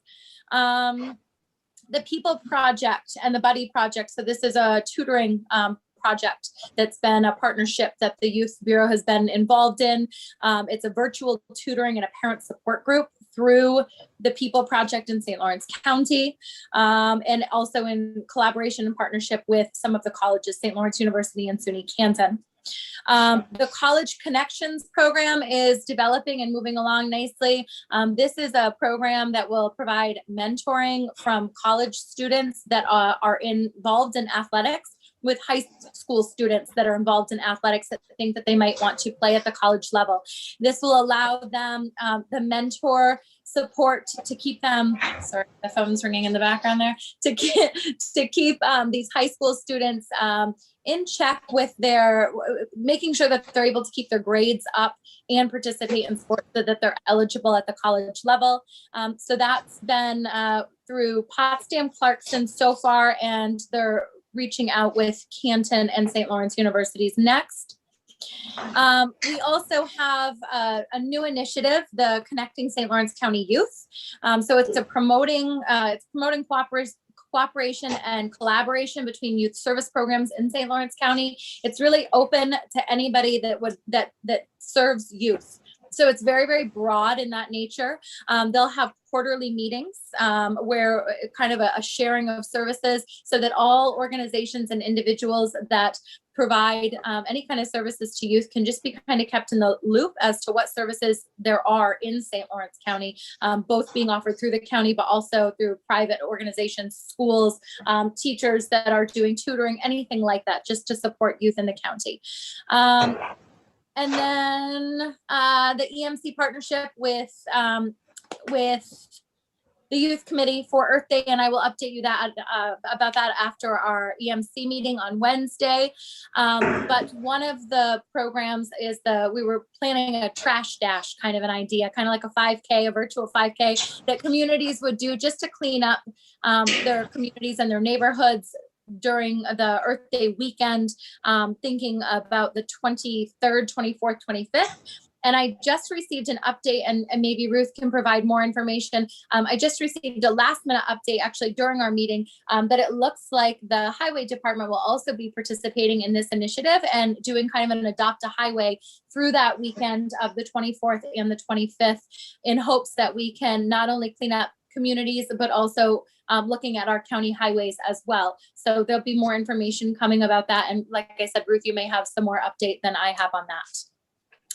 Our next meeting is, and one other thing, the mask. St. Lawrence County was featured in the New York State Youth Bureau magazine for our mask design contest. So that was a really big honor. And it was great for our youth committee members to be recognized for their idea and their, bringing this out to the schools in the county.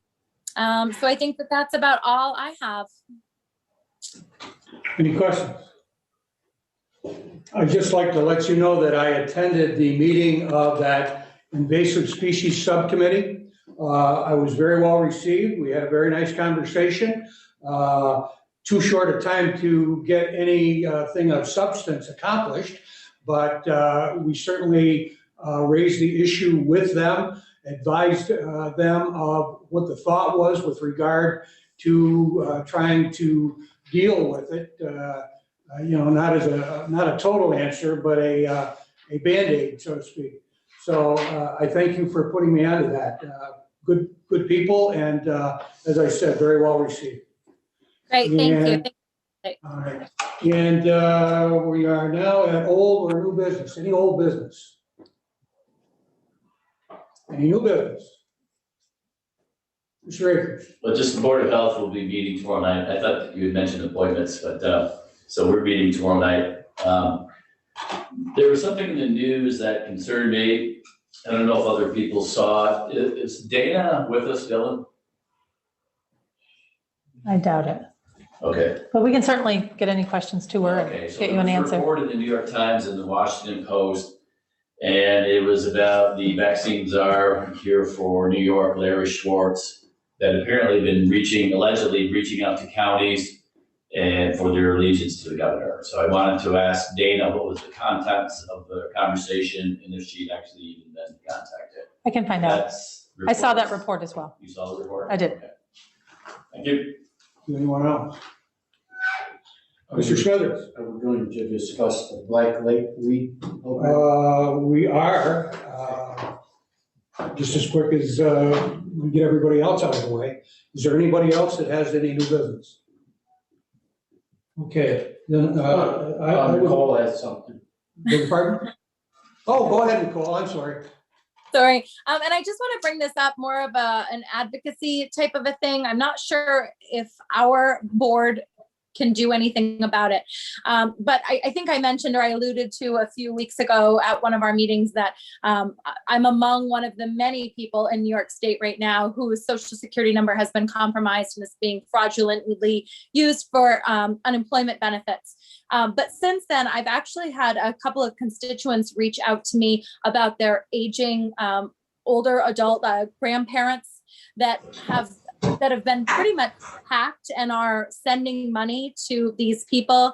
One of the people that I spoke with has reached out to the Attorney General, has spoken with the Sheriff's Office, the state police, and it seems that everybody says there's nothing that can be done, that they are sending their money willingly to these people and they're sending them to accounts that are outside of the United States, and that really everybody's hands seem to be tied. And as a county that has a very, very large population of older adults, it's very concerning to me that we have people that are being taken advantage of so severely. And, at first, when I first started speaking with some people, I did kind of say, well, maybe you could protect these people. They're your family members. Can you put additional names on the bank accounts? Can you put freezes on stuff?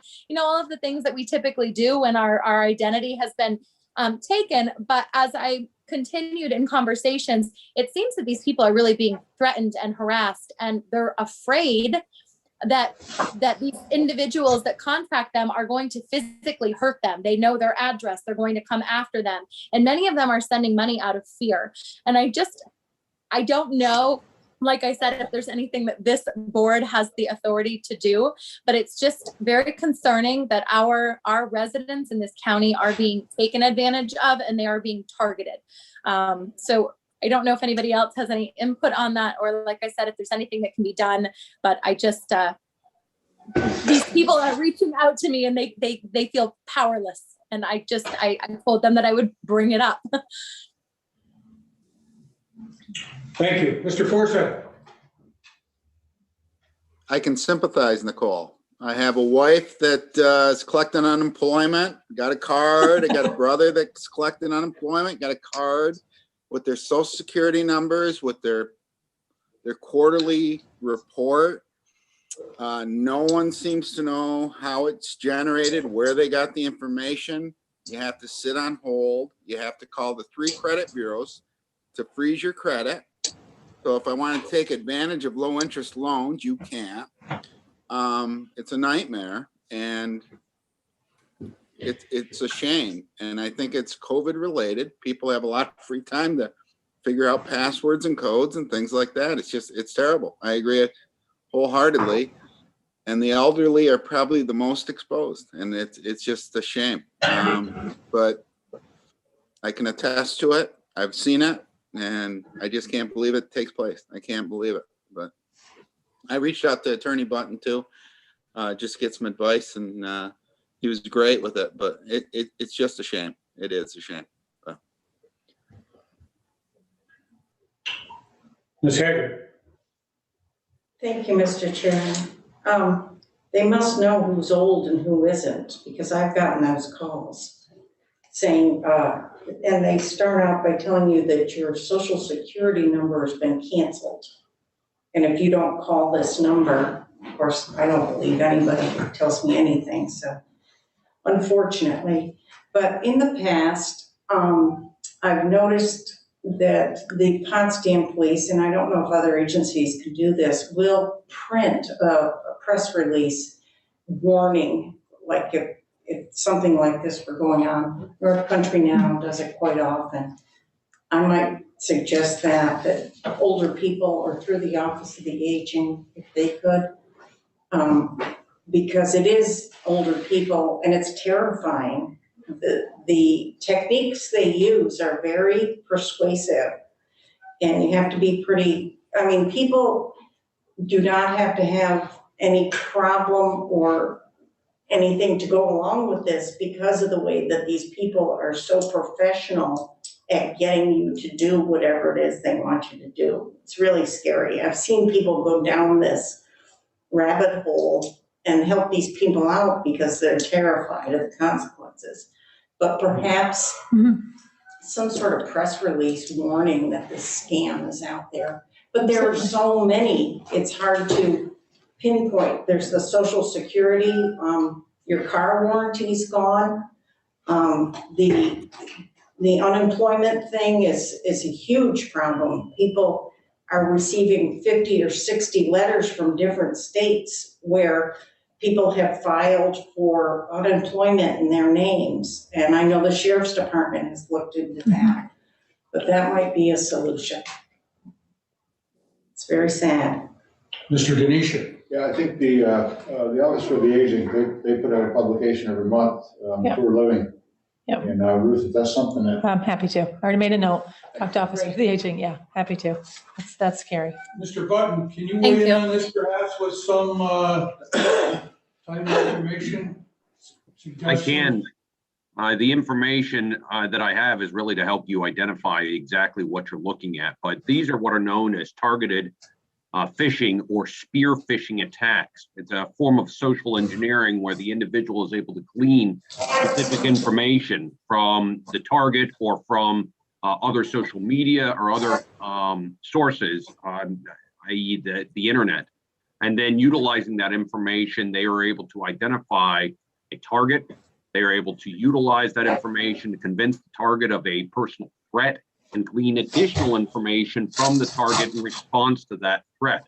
The common one that seems to float around these days, and we see a lot of warnings about it, are these warnings about the IRS calling you, telling you that you owe money, that you're going to be subject to an audit, that you have to provide certain information just to confirm that you are who you are and that you have the background that you do. And then you're going to have to send money to a certain location. The whole purpose of that conversation really is to glean information from you and then try to hold you hostage utilizing the information they have attempted to glean.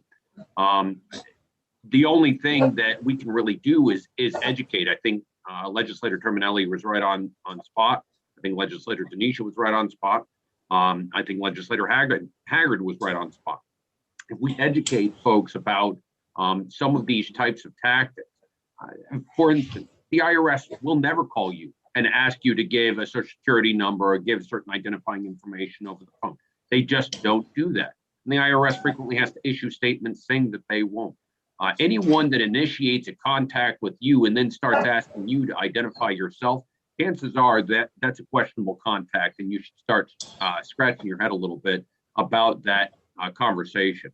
But we here at the county have really had to engage our own employees in the internet world that we engage in with a lot of training to try to get them up to speed with targets that are going to come through. Obviously, here in the county, we deal with a lot of very, very sensitive information. We're a very data-rich organization.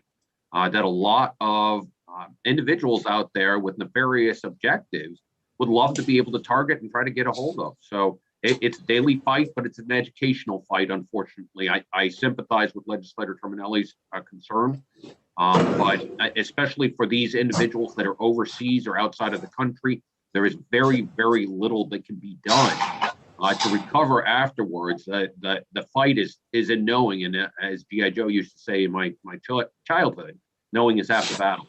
So, Anyone else? Okay. What I would like to do now is go to this plant control program in Black Lake. I don't want to make it a long presentation. It's very informal. If you look on Google Drive, you will see a 2008, I believe it is, survey that the department, the Corps of Engineers conducted on Black Lake. And what the thrust of that was to try and come up with some way to control the Eurasian milfoil that has literally taken over portions of that lake. Between the outlet from the lake into the Oswegatchie is literally shoreline to shoreline across, covered with Eurasian milfoil. And what happens is in the summertime when the boats are out, power boats, they try and get through that stuff, and most of the time they have success. But what they're doing is chopping up all of that vegetable material that they're passing through. Imagine what one boat can do with this prop. Imagine a week's worth of boats going through there. This stuff will recede itself. So the problem is that boats doing that are just exacerbating the problem as time goes on. That stuff is receding itself, and that's why that lake is like it is, clogged right up. What they want to do is to open up about a 50-yard wide channel down through that so that these boats can get through there without chopping all this stuff up. To do that, they use a piece of equipment that's unique to at least a Black Lake, I am told. And what that does is it mechanically harvests these plants below the water line and deposits them in a container. They take the container out of the water, dump it into a truck, and they have a couple of farmers that have agreed to take that vegetable material and put on their land to use as fertilizer. The alternative to doing that, the Corps of Engineers found out, the best way to do it was to hire scuba divers to actually go down to the bottom of the lake, which is, it's not a deep lake, and actually pluck these things off the ground or off the floor of the lake. You can imagine how that's going to go, and you can imagine what something like that would cost to hire somebody that had the equipment, somebody with know-how, the safety know-how to do that. And if you're talking one, you're going to need two because they don't dive alone. That is just not going to work. Biologically, I think the Corps of Engineers was concerned about introducing something in there that's going to have unintended consequences. Some kind of a bio, or something that's going to kill this stuff off. But what effect would it have on something else? There's another one where they have a beetle that they have that will eat the milfoil. Actually, it'll bore into the stem of the thing and it plant their young in there, and it'll kill off the plant. Back in 2008, the cost for one beetle was $1. You can imagine what it is today. I can't imagine. So what has been presented to me by a volunteer group from Black Lake, that they want to utilize this harvester again this year. They did last year. And they are looking for a variety of sources of income to put that together. And I know that there's a federal grant that they're going to be applying for. They're going to the RVRDA. They are going to anybody that's got a grant that even comes close, to fitting, the goal of what they want to have done. So they've been given an estimate by the owner of this harvester that if he were to do this during the summer months, he might have provided a number of hours or something, but I wasn't given that information. That if he could do it, he figured it would cost around $30,000. What I would like to do, and I put this out there for your consideration and thoughtfulness, is to see what this volunteer group can come up with in the line of grants or gifts. And a couple of the towns have actually come forward last year and provided monies for this effort. It was a scaled back effort. It didn't go the entire year. They didn't get done what they wanted to get done and to the degree that they wanted to get done, because I guess they only had $5,000 or $6,000. They're looking at $30,000. My thought was that to wait and see what it was they were able to come up with in the form of grants, and then make an assessment if we are of a mind to provide them with what they need to reach their goal. At this point in time, we don't know what it is, and they're not going to know because this one federal grant is not going to be awarded, I don't believe, until sometime in May. But if they have a guarantee once they either get it or they don't of what it is they need, they could bring that figure to us and we could consider it. What I'm wondering is whether or not there's enough favorable votes on the board, or on this committee anyway tonight, to at least consider that when the time comes up, without making a commitment right now, to take a look at what they get, what they're going to need, and what our budget looks like. Gary. Yeah, I think this is a valuable resource, and I've done some more research on this. And there really is a very good article in NY 360 dated September 1st, 2020, that shows pictures of this machine and describes what they did. It really is a good read. Mm-hmm. Mr. Perkins. The milfoil, when that gets broken off, like when it's being harvested, if I'm not mistaken, isn't it like a hydra? It comes back with two heads. Yes. So it's going to have to be something that's done continuously. Yes. And this gets transferred from lake to pond to lake, from birds, ducks, geese, boats, whatever it may be. There is a triploid grass carp that eats this, if I'm not mistaken. And it's an invasive species, but it's a triploid, and that means that it's been sterilized. And the DC sends them out. They have a permit process for that. So that might be something to look into as well. They recommend so many per acre, and they could figure it out. And the fish? For the fish. Okay. They also have a carp. It's basically the same. They're sterile carp. That's what this is. Is that what it is? Okay. Triploid grass carp. Okay. That's exactly what it is. Okay. And it might be a cheaper process, and they last, I think, 10 years. They get bigger as the food source is there. They just keep getting bigger. Okay. So it might be something to look into. Tiger? Yes, Mr. Chairman, I have a question. You said it's a group of volunteers. That's correct. Are they the people that are using the water in their They boats? either live on the water or spend their summers on the water. The lady that I had been in contact is one of the officers of this Black Lake 2020 organization. It's an unofficial organization. It's headed by a gentleman from Hammond. And they as a group are working to try and accomplish this in the lake. And it's a big job because this swath at the north end of the lake going into the Oswegatchie River is but a small part of that lake. That lake is huge. At its widest point, it's 4 miles across. It's almost 8,000 acres. It's a big lake. Economically, it is a big driver in that area.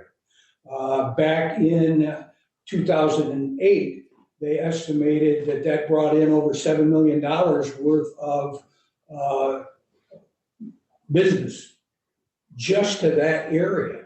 And Black Lake Road from Ogdensburg to Hammond, once you get down into, well, almost into the town of Morristown, it's all lakeshore along there. It looks like the St. Lawrence River with the camps and everything. Okay.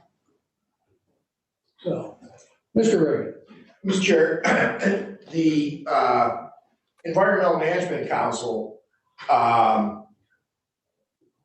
the planning office has people with some expertise in working with the Department of Environmental Conservation. It might be a good idea to, in terms of long-term, enlist the EMC and the planning office's help in working with the Black Lake folks on solutions, helping with permitting, helping with finding grants, helping with, you've got several groups in the Black Lake area, the Chamber of Commerce, the Black Lake Association, the group that you mentioned, and the Black Lake Fish and Game Association, and Fish and Game Club. And I know all those groups are interested and bringing them together so that you don't find yourself at cross purposes with the groups. I think Jason and his staff could help provide a lot of help at bringing everybody together, getting everybody on the same page, and seeing if there's ways, additional funding sources available. In the meantime, I think, we should look at this as well. But I think while this is going on, long term, you might want to use our in-house help. And this is certainly something to address the immediate problem. The lake is literally choked with this. Yeah. And they're trying to, at least at the start, to cut a channel down through this for access, for eliminating all this chopped up vegetable material. Yes, some of it's going to get chopped up with this thing that picks it up, but not to the degree that a boat motor is going to chop it up. It's like putting it in a blender. So I'm looking for your input. If I can go back to them and explain to them, just as I've explained to you, that it's something that we're willing to or not willing to look at, and we'll consider it if we come to that conclusion. We'll consider it when the time comes and we know what they're going to need. Mr. Burke. Well, in answer to your question, I'm certainly willing to consider it, but I'd be more interested in knowing the view of the entire county. Is this problem? I don't think it's unique to Black Lake. As a matter of fact, I'm pretty sure Norwood Lake has had some trefoil in it as well. Not to the extent certainly that Black Lake has, but I guess I'm just wondering, how big is the problem? And maybe to Jim Reagan's point of view, maybe having some guidance from people who could give us that bird's eye view might be beneficial. But in answer to your question, I'm certainly willing to consider helping with invasive species. All right, thank you, John. Mr. Forsythe. Thank you, Mr. Chair. Yeah, it's been going on forever, a long time.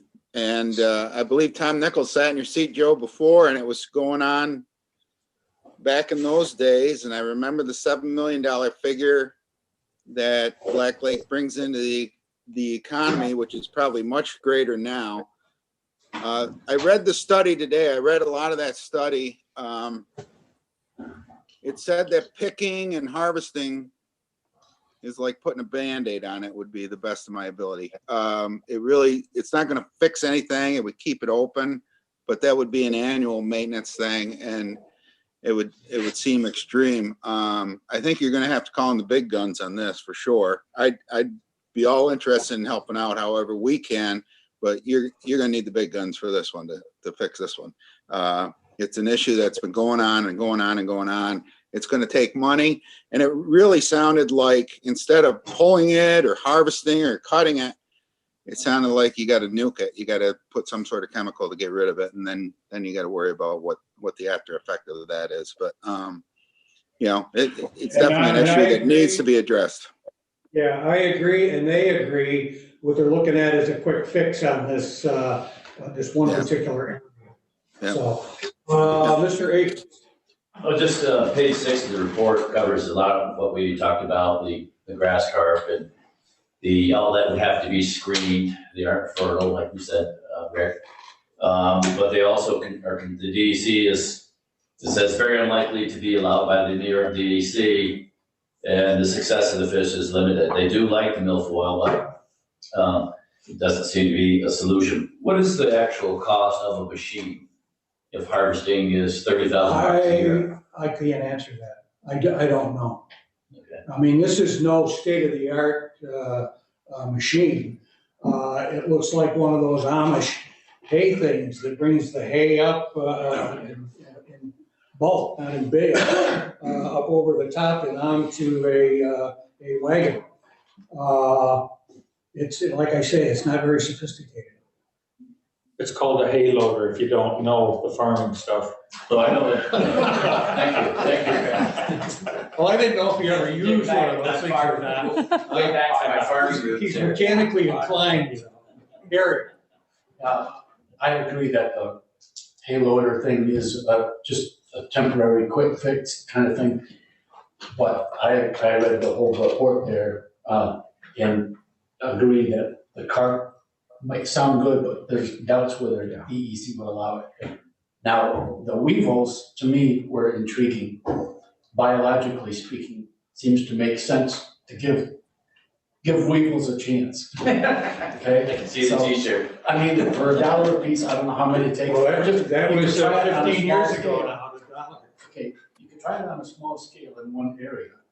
And even though they're not native, DEC would have to approve it, but they're not going to hurt anything. Some fish might eat them, but if they attack just that milfoil, which that report says it does, it would be interesting to see some group, maybe one of the college court classes. We could buy some of those, I don't know, a few thousand, maybe for a few $1,000s, a small investment study, application of that in limited areas and see what the effect is. Monitor it like after a few months, a year, and see if it really does work before you put too much into it.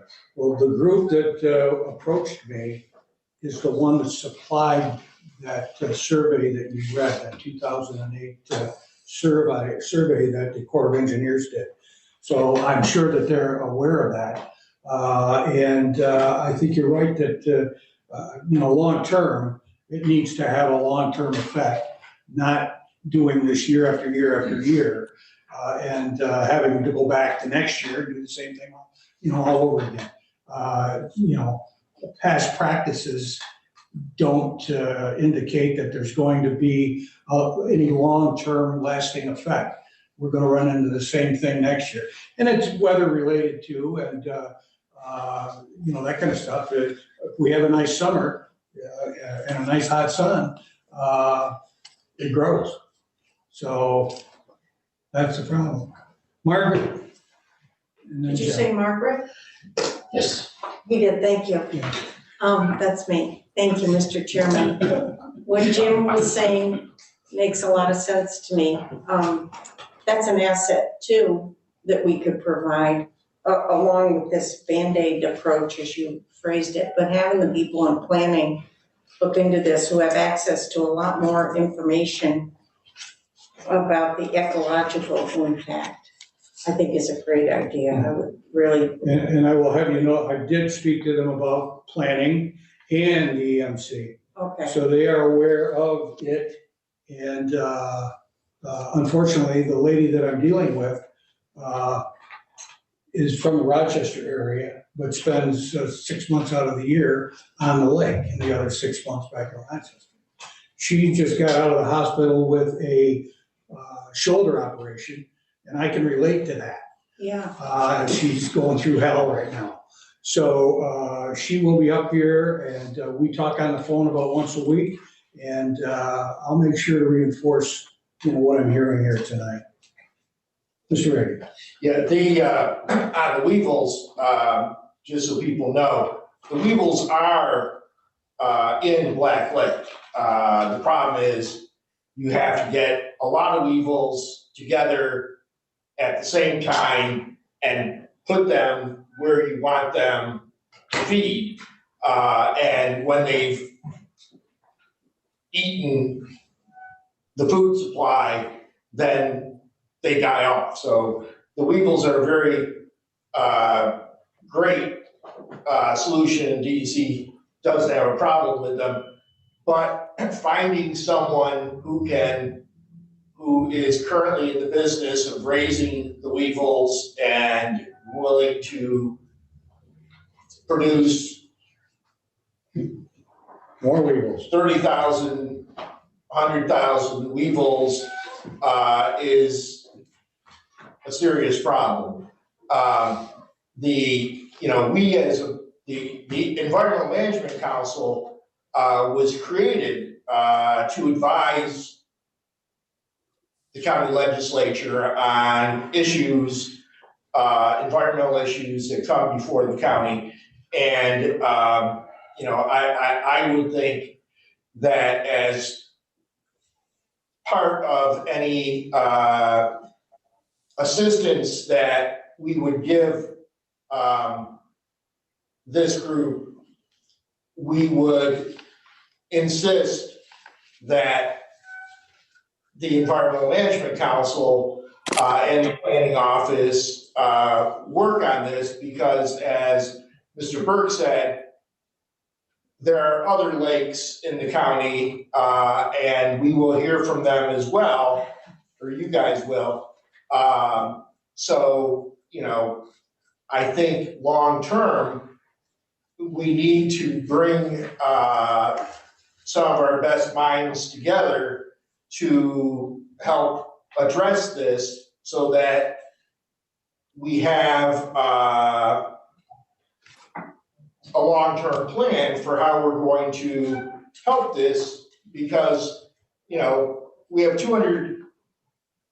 a lot of bodies of water in this county. They are one of our economic engines.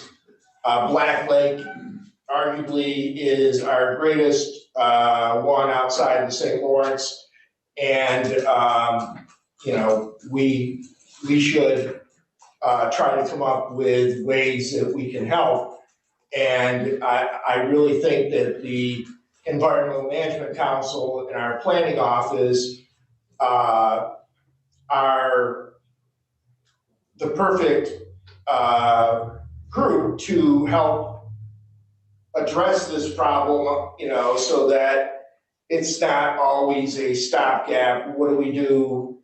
What's going to happen thing? Well, could I have a show of hands, I'll wait a second for this. What I would like to do is go to them and explain to them what our concerns are. Our concerns are this a short-term fix that we're looking at having to go right back at it again the following year. And the St. Lawrence County is not a cash cow, not to everybody anyway.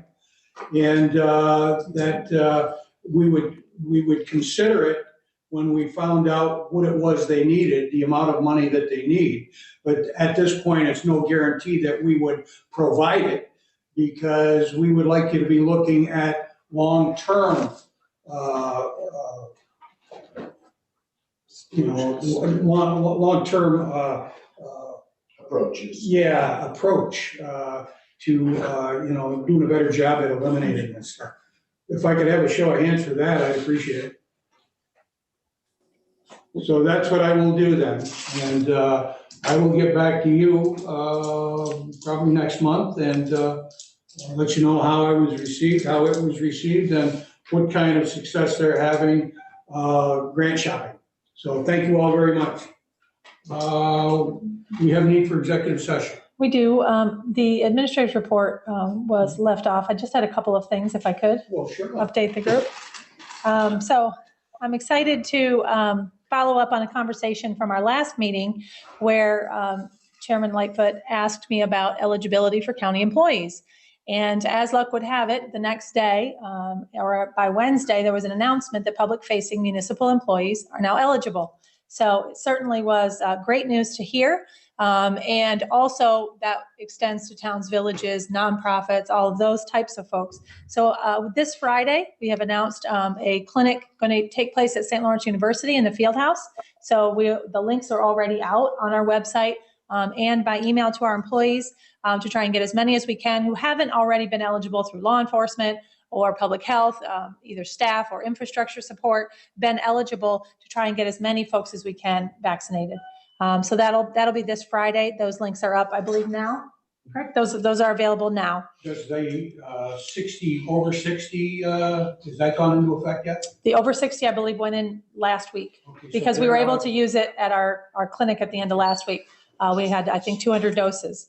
And as you heard Dana report, we also are sharing some down to Star Lake, which is the first time a non-hospital allocation is going to be shared in that area. So we're able to get some folks down that way as well. So certainly good news on that front. Happy to update Legislator Reagan the urgent care information to dispatch as those things unfold. It's a valuable resource, I think, that we'll look forward to have.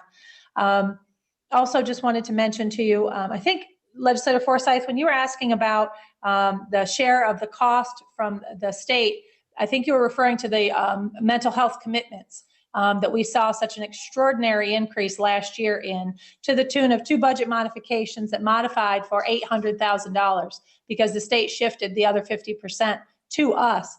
And you may recall the last budget modification I had projected to receive with 2 people committed in that regard for November and December because we received the last bills in October. But happy to report that's been reduced by half. So as far as predictability, we had to plan because all of last year we saw 2 or 3 people in that type of care at the tune of $70,000+ a month. But the last 2 bills that have come in are $32,000 and $36,000. So happy to have funds available prior to those coming in. We'll get those bills paid for the state, and we'll hope this year it's even less. To Legislator Terminelli's point, the trash dash we met today. We are enlisting the help of our highway department and our weights and measures folks. At the advice of council, we are also looking at the liability piece, identifying certain areas close to easy drop-off spots. They've volunteered, our solid waste director, Larry Legault, our manager, will be helping out Weights and Measures Director Adam Simmons, trying to pitch in and get as much participation as we can. Also like to get as much information out in the public ahead of time, certainly to both be cautious on the roadways and to get folks out to help. So an exciting endeavor for Earth Day that will wrap around that entire weekend. So lots of good stuff happening on that front. I did want to just quickly go back to the vaccines. One thing I forgot to mention, the hub calls continue in our region. And there's a variety of conversations, most around around who's getting what vaccine when. But one of the information points they've started to gather is on volunteers. And they're looking to assess the region's efforts in being able to staff these clinics and get folks vaccinated. So in the last call at the end of the week, last week, counties were reporting out 2, 4, I don't think I heard more than 10, and St. Lawrence County reported out 82 volunteers who've been a consistent part of our clinic efforts, as well as county employees. So we're very fortunate. I think we have to look at this as a long-term strategy of as those categories open. We are so grateful to the volunteers who continue to come back as we continue to learn and evolve in our methods and our practices to get folks vaccinated. So we're very appreciative. We added that to the resolution to thank those volunteers in recognizing March as COVID-19 Memorial Month. So from that perspective, that's all I had on vaccine. Did want to mention from an unemployment benefit standpoint, we have had one instance at the county proper of notification of fraud associated with an employee. So not bad when we're looking at our overall employee numbers, but still very concerning for folks that are impacted. And then just wanted to mention tomorrow we'll be meeting with the city of Ogdensburg regarding foreclosures at their request that I brought to you. And then we're talking about scheduling some meetings on dispatch services in the next week. So I'll keep you posted on those discussions as well. And lastly, you did receive an email last Thursday, but the hazard mitigation efforts are kicking off this week. So if you need that email again, it has the details for the Zoom meeting, but that's scheduled for Wednesday from 2 to 3 or Thursday from 6 to 7. So we can send that back through so it's at the top of your inbox. But those efforts and all of your towns and villages also received communication about participating in that effort as we update our plan. That's all I have, Mr. Chair, unless there's questions. Yes. Go ahead, Harry. I have a question on the email we got from Don Chambers regarding household hazardous waste collection days.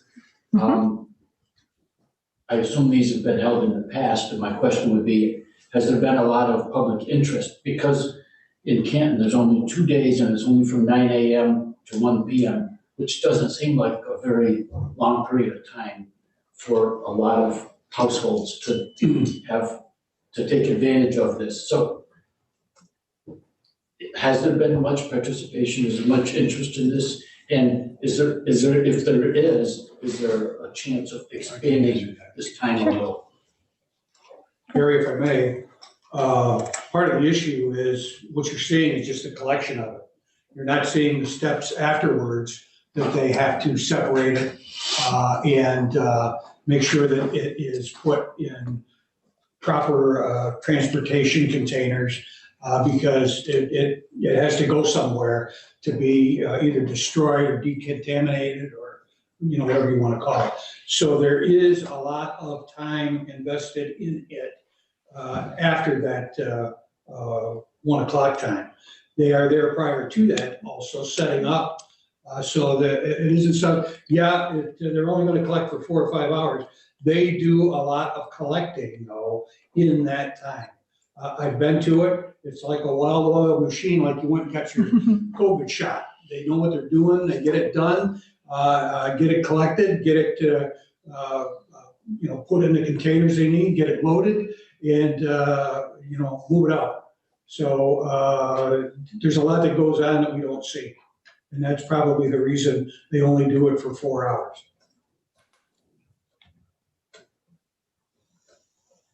But I could get you some information also. I think over the years we've had both, good experience and well attended. In other years more challenging. Sometimes weather's a factor, things of that nature. So, but I can find out some information as far as what collection totals look like for you. I guess my question would be kind of like, if there is such a high level of participation, for to benefit the citizens of the county, and if this provides a valuable service, it seems like maybe we could think about expanding it a little bit.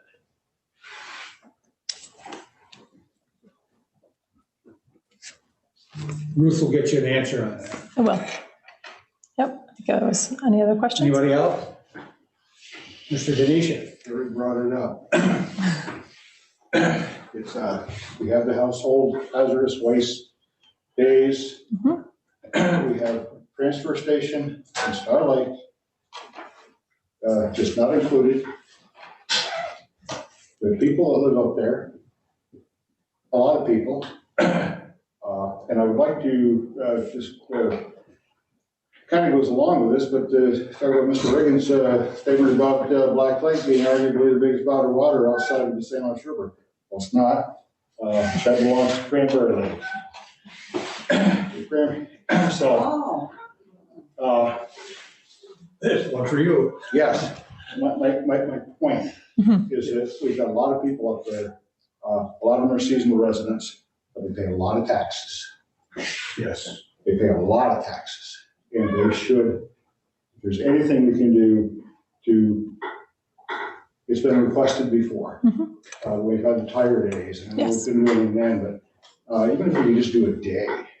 Well, and when they're here, right? I mean, it wouldn't do so, They pay so a lot of well. taxes, they don't get any, they don't get anything.